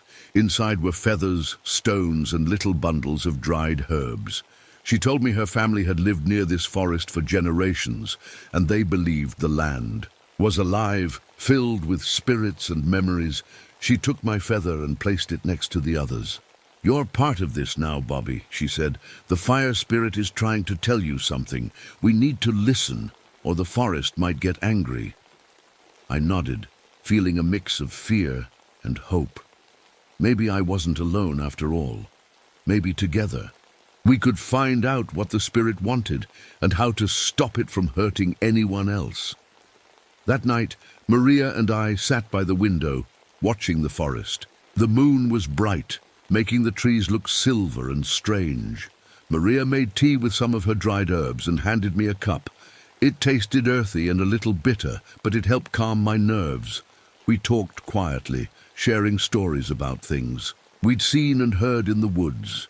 Maria said her grandmother used to leave gifts for the spirits, small pieces of bread, shiny stones, or feathers, so they would protect the family and not cause trouble.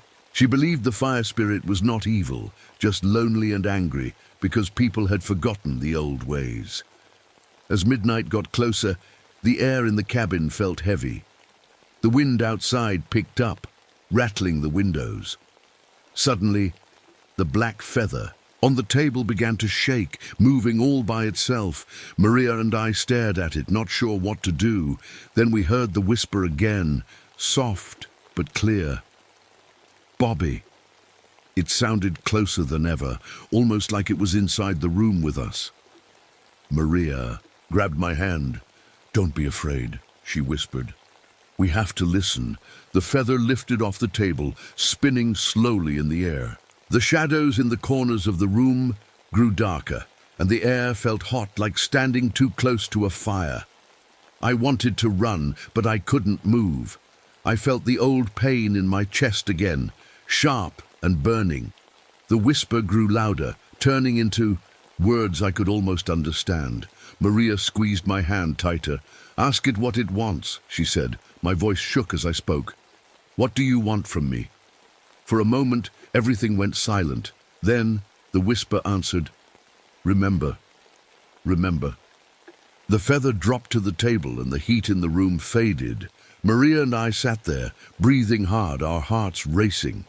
I didn't know exactly what the spirit wanted me to remember, but I knew it was important. The forest was trying to tell us something about the past, and I had to find out what it was before it was too late. The next morning, Maria and I walked into the forest together. The sunlight came through the trees in thin golden lines. Everything looked peaceful, but I felt nervous. I kept thinking about the voice telling me to remember. Maria led the way, carrying her box of feathers and stones. She said we needed to go back to the place where I found the burned grass. Maybe the spirit would show us something there. As we walked, I noticed how quiet the forest was. Even the birds seemed to be hiding. When we reached the burned patch, Maria knelt down and placed the black feather in the center. She closed her eyes and whispered something in her family's old language. I stood beside her, feeling the scars on my chest start to tingle again. Suddenly, the air grew warmer. The sunlight seemed to flicker like firelight. I blinked, and for a moment the forest around us changed. I saw people dressed in animal skins, sitting around a big fire. They were singing and passing a bowl from hand to hand. One of them looked right at me. His eyes were bright and sad, and he had a scar on his chest just like mine. I gasped and stepped back. The vision faded, and I was standing in the forest again, with Maria watching me closely. "What did you see?" she asked. I told her about the people, the fire, and the man with the scar. Maria nodded. "That was your ancestor," she said softly.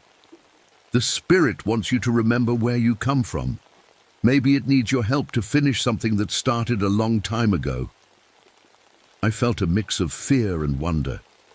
The forest wasn't just full of trees and animals. It was full of memories, mine, my family's, and maybe even the spirits. I knew now that I couldn't run from it. I had to face whatever was coming, no matter how scared I was. That afternoon, Maria and I sat quietly at the edge of the burned patch, thinking about what to do next. The vision of my ancestor stayed in my mind. I kept seeing his sad eyes and the scar on his chest that matched mine. It made me feel connected to him, even though I didn't know his name.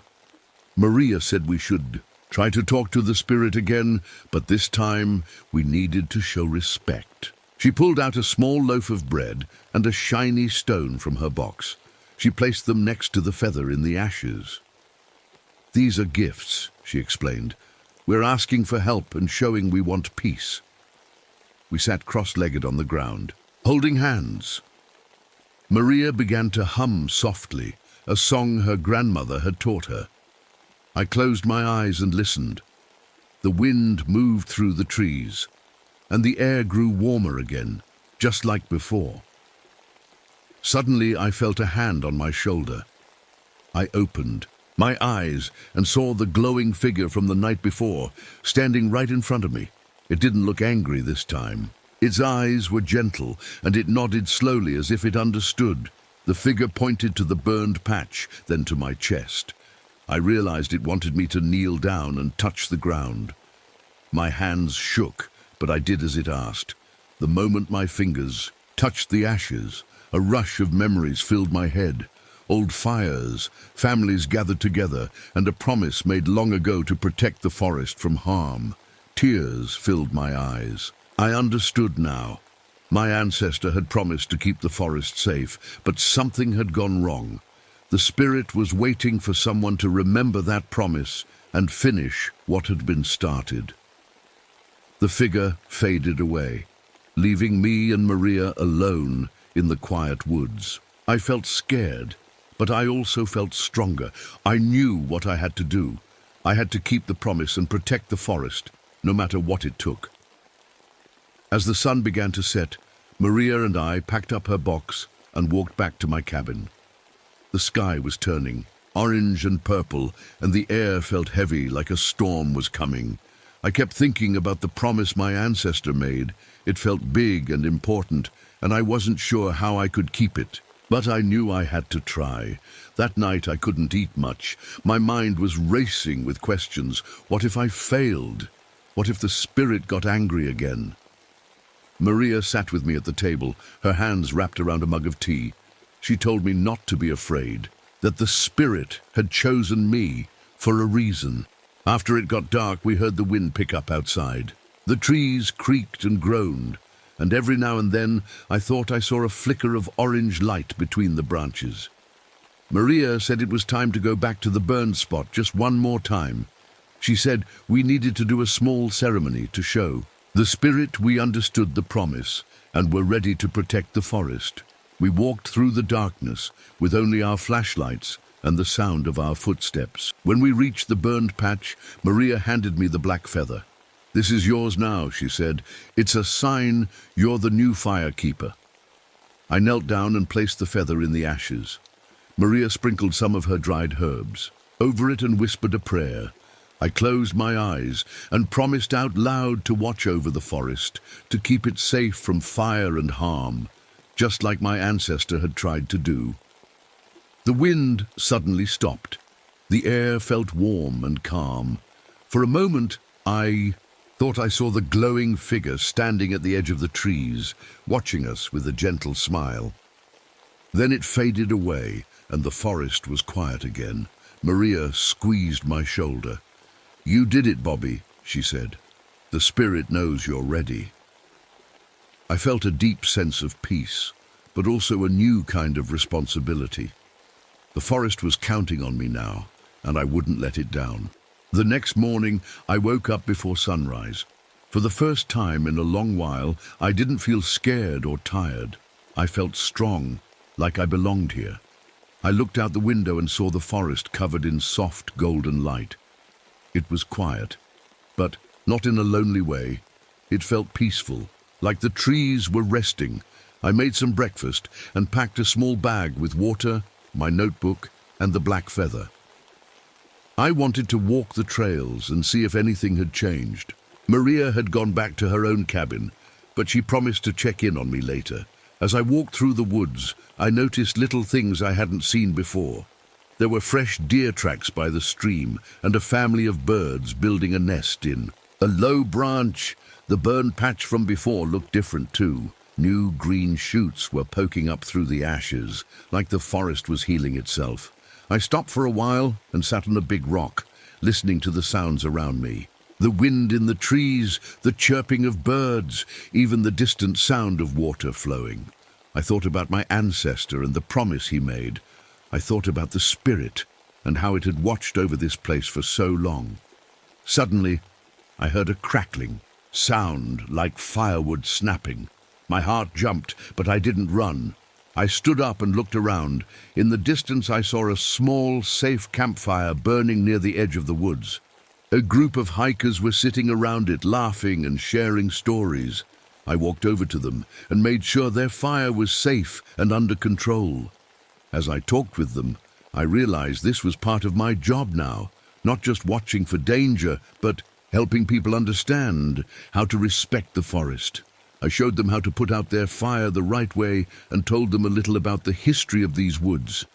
When I walked back to my cabin, I felt proud. I knew the forest was safer, and I knew I was keeping my promise. The spirit hadn't appeared again, but I felt its presence all around me, calm and warm like sunlight through the trees. I was the firekeeper now, and I was ready for whatever came next. A few days passed, and life in the forest settled into a new kind of quiet. I kept busy, walking the trails every morning and checking for signs of trouble. I still carried the black feather with me, tucked safely in my shirt pocket. Sometimes I would touch it and remember the glowing figure, the promise, and the feeling of being chosen. One afternoon, as I was clearing branches from a path, I heard a strange sound, like someone crying softly. I followed the noise and found a young boy sitting on a fallen log, his face buried in his hands. He looked lost and scared. I knelt down beside him and spoke gently. "Hey there, are you okay? Are you lost?" He nodded, wiping his eyes. "I can't find my parents. We were hiking and I got turned around. I offered him some water and told him not to worry, that I'd help him find his family." As we walked back toward the main trail, I noticed he kept glancing at the trees, like he was listening for something. After a while, we heard voices calling his name. I called back, and soon his parents came running. They hugged him tight, thanking me over and over. As they walked away, the boy turned and looked at me. For a second, I thought I saw a warm, orange light in his eyes, just like the spirits. He smiled and waved before disappearing into the trees with his family. That night, as I sat on my cabin steps, I thought about everything that had happened. The forest felt different now, more alive, but also calmer. I realized the spirit wasn't just watching over me, it was watching over everyone who loved and respected the land. I looked up at the stars and whispered a quiet thank you to the spirit, to my ancestor, and to the forest itself. I didn't know what the future would bring, but I knew I was ready. I was the firekeeper, and I would protect this place for as long as I could.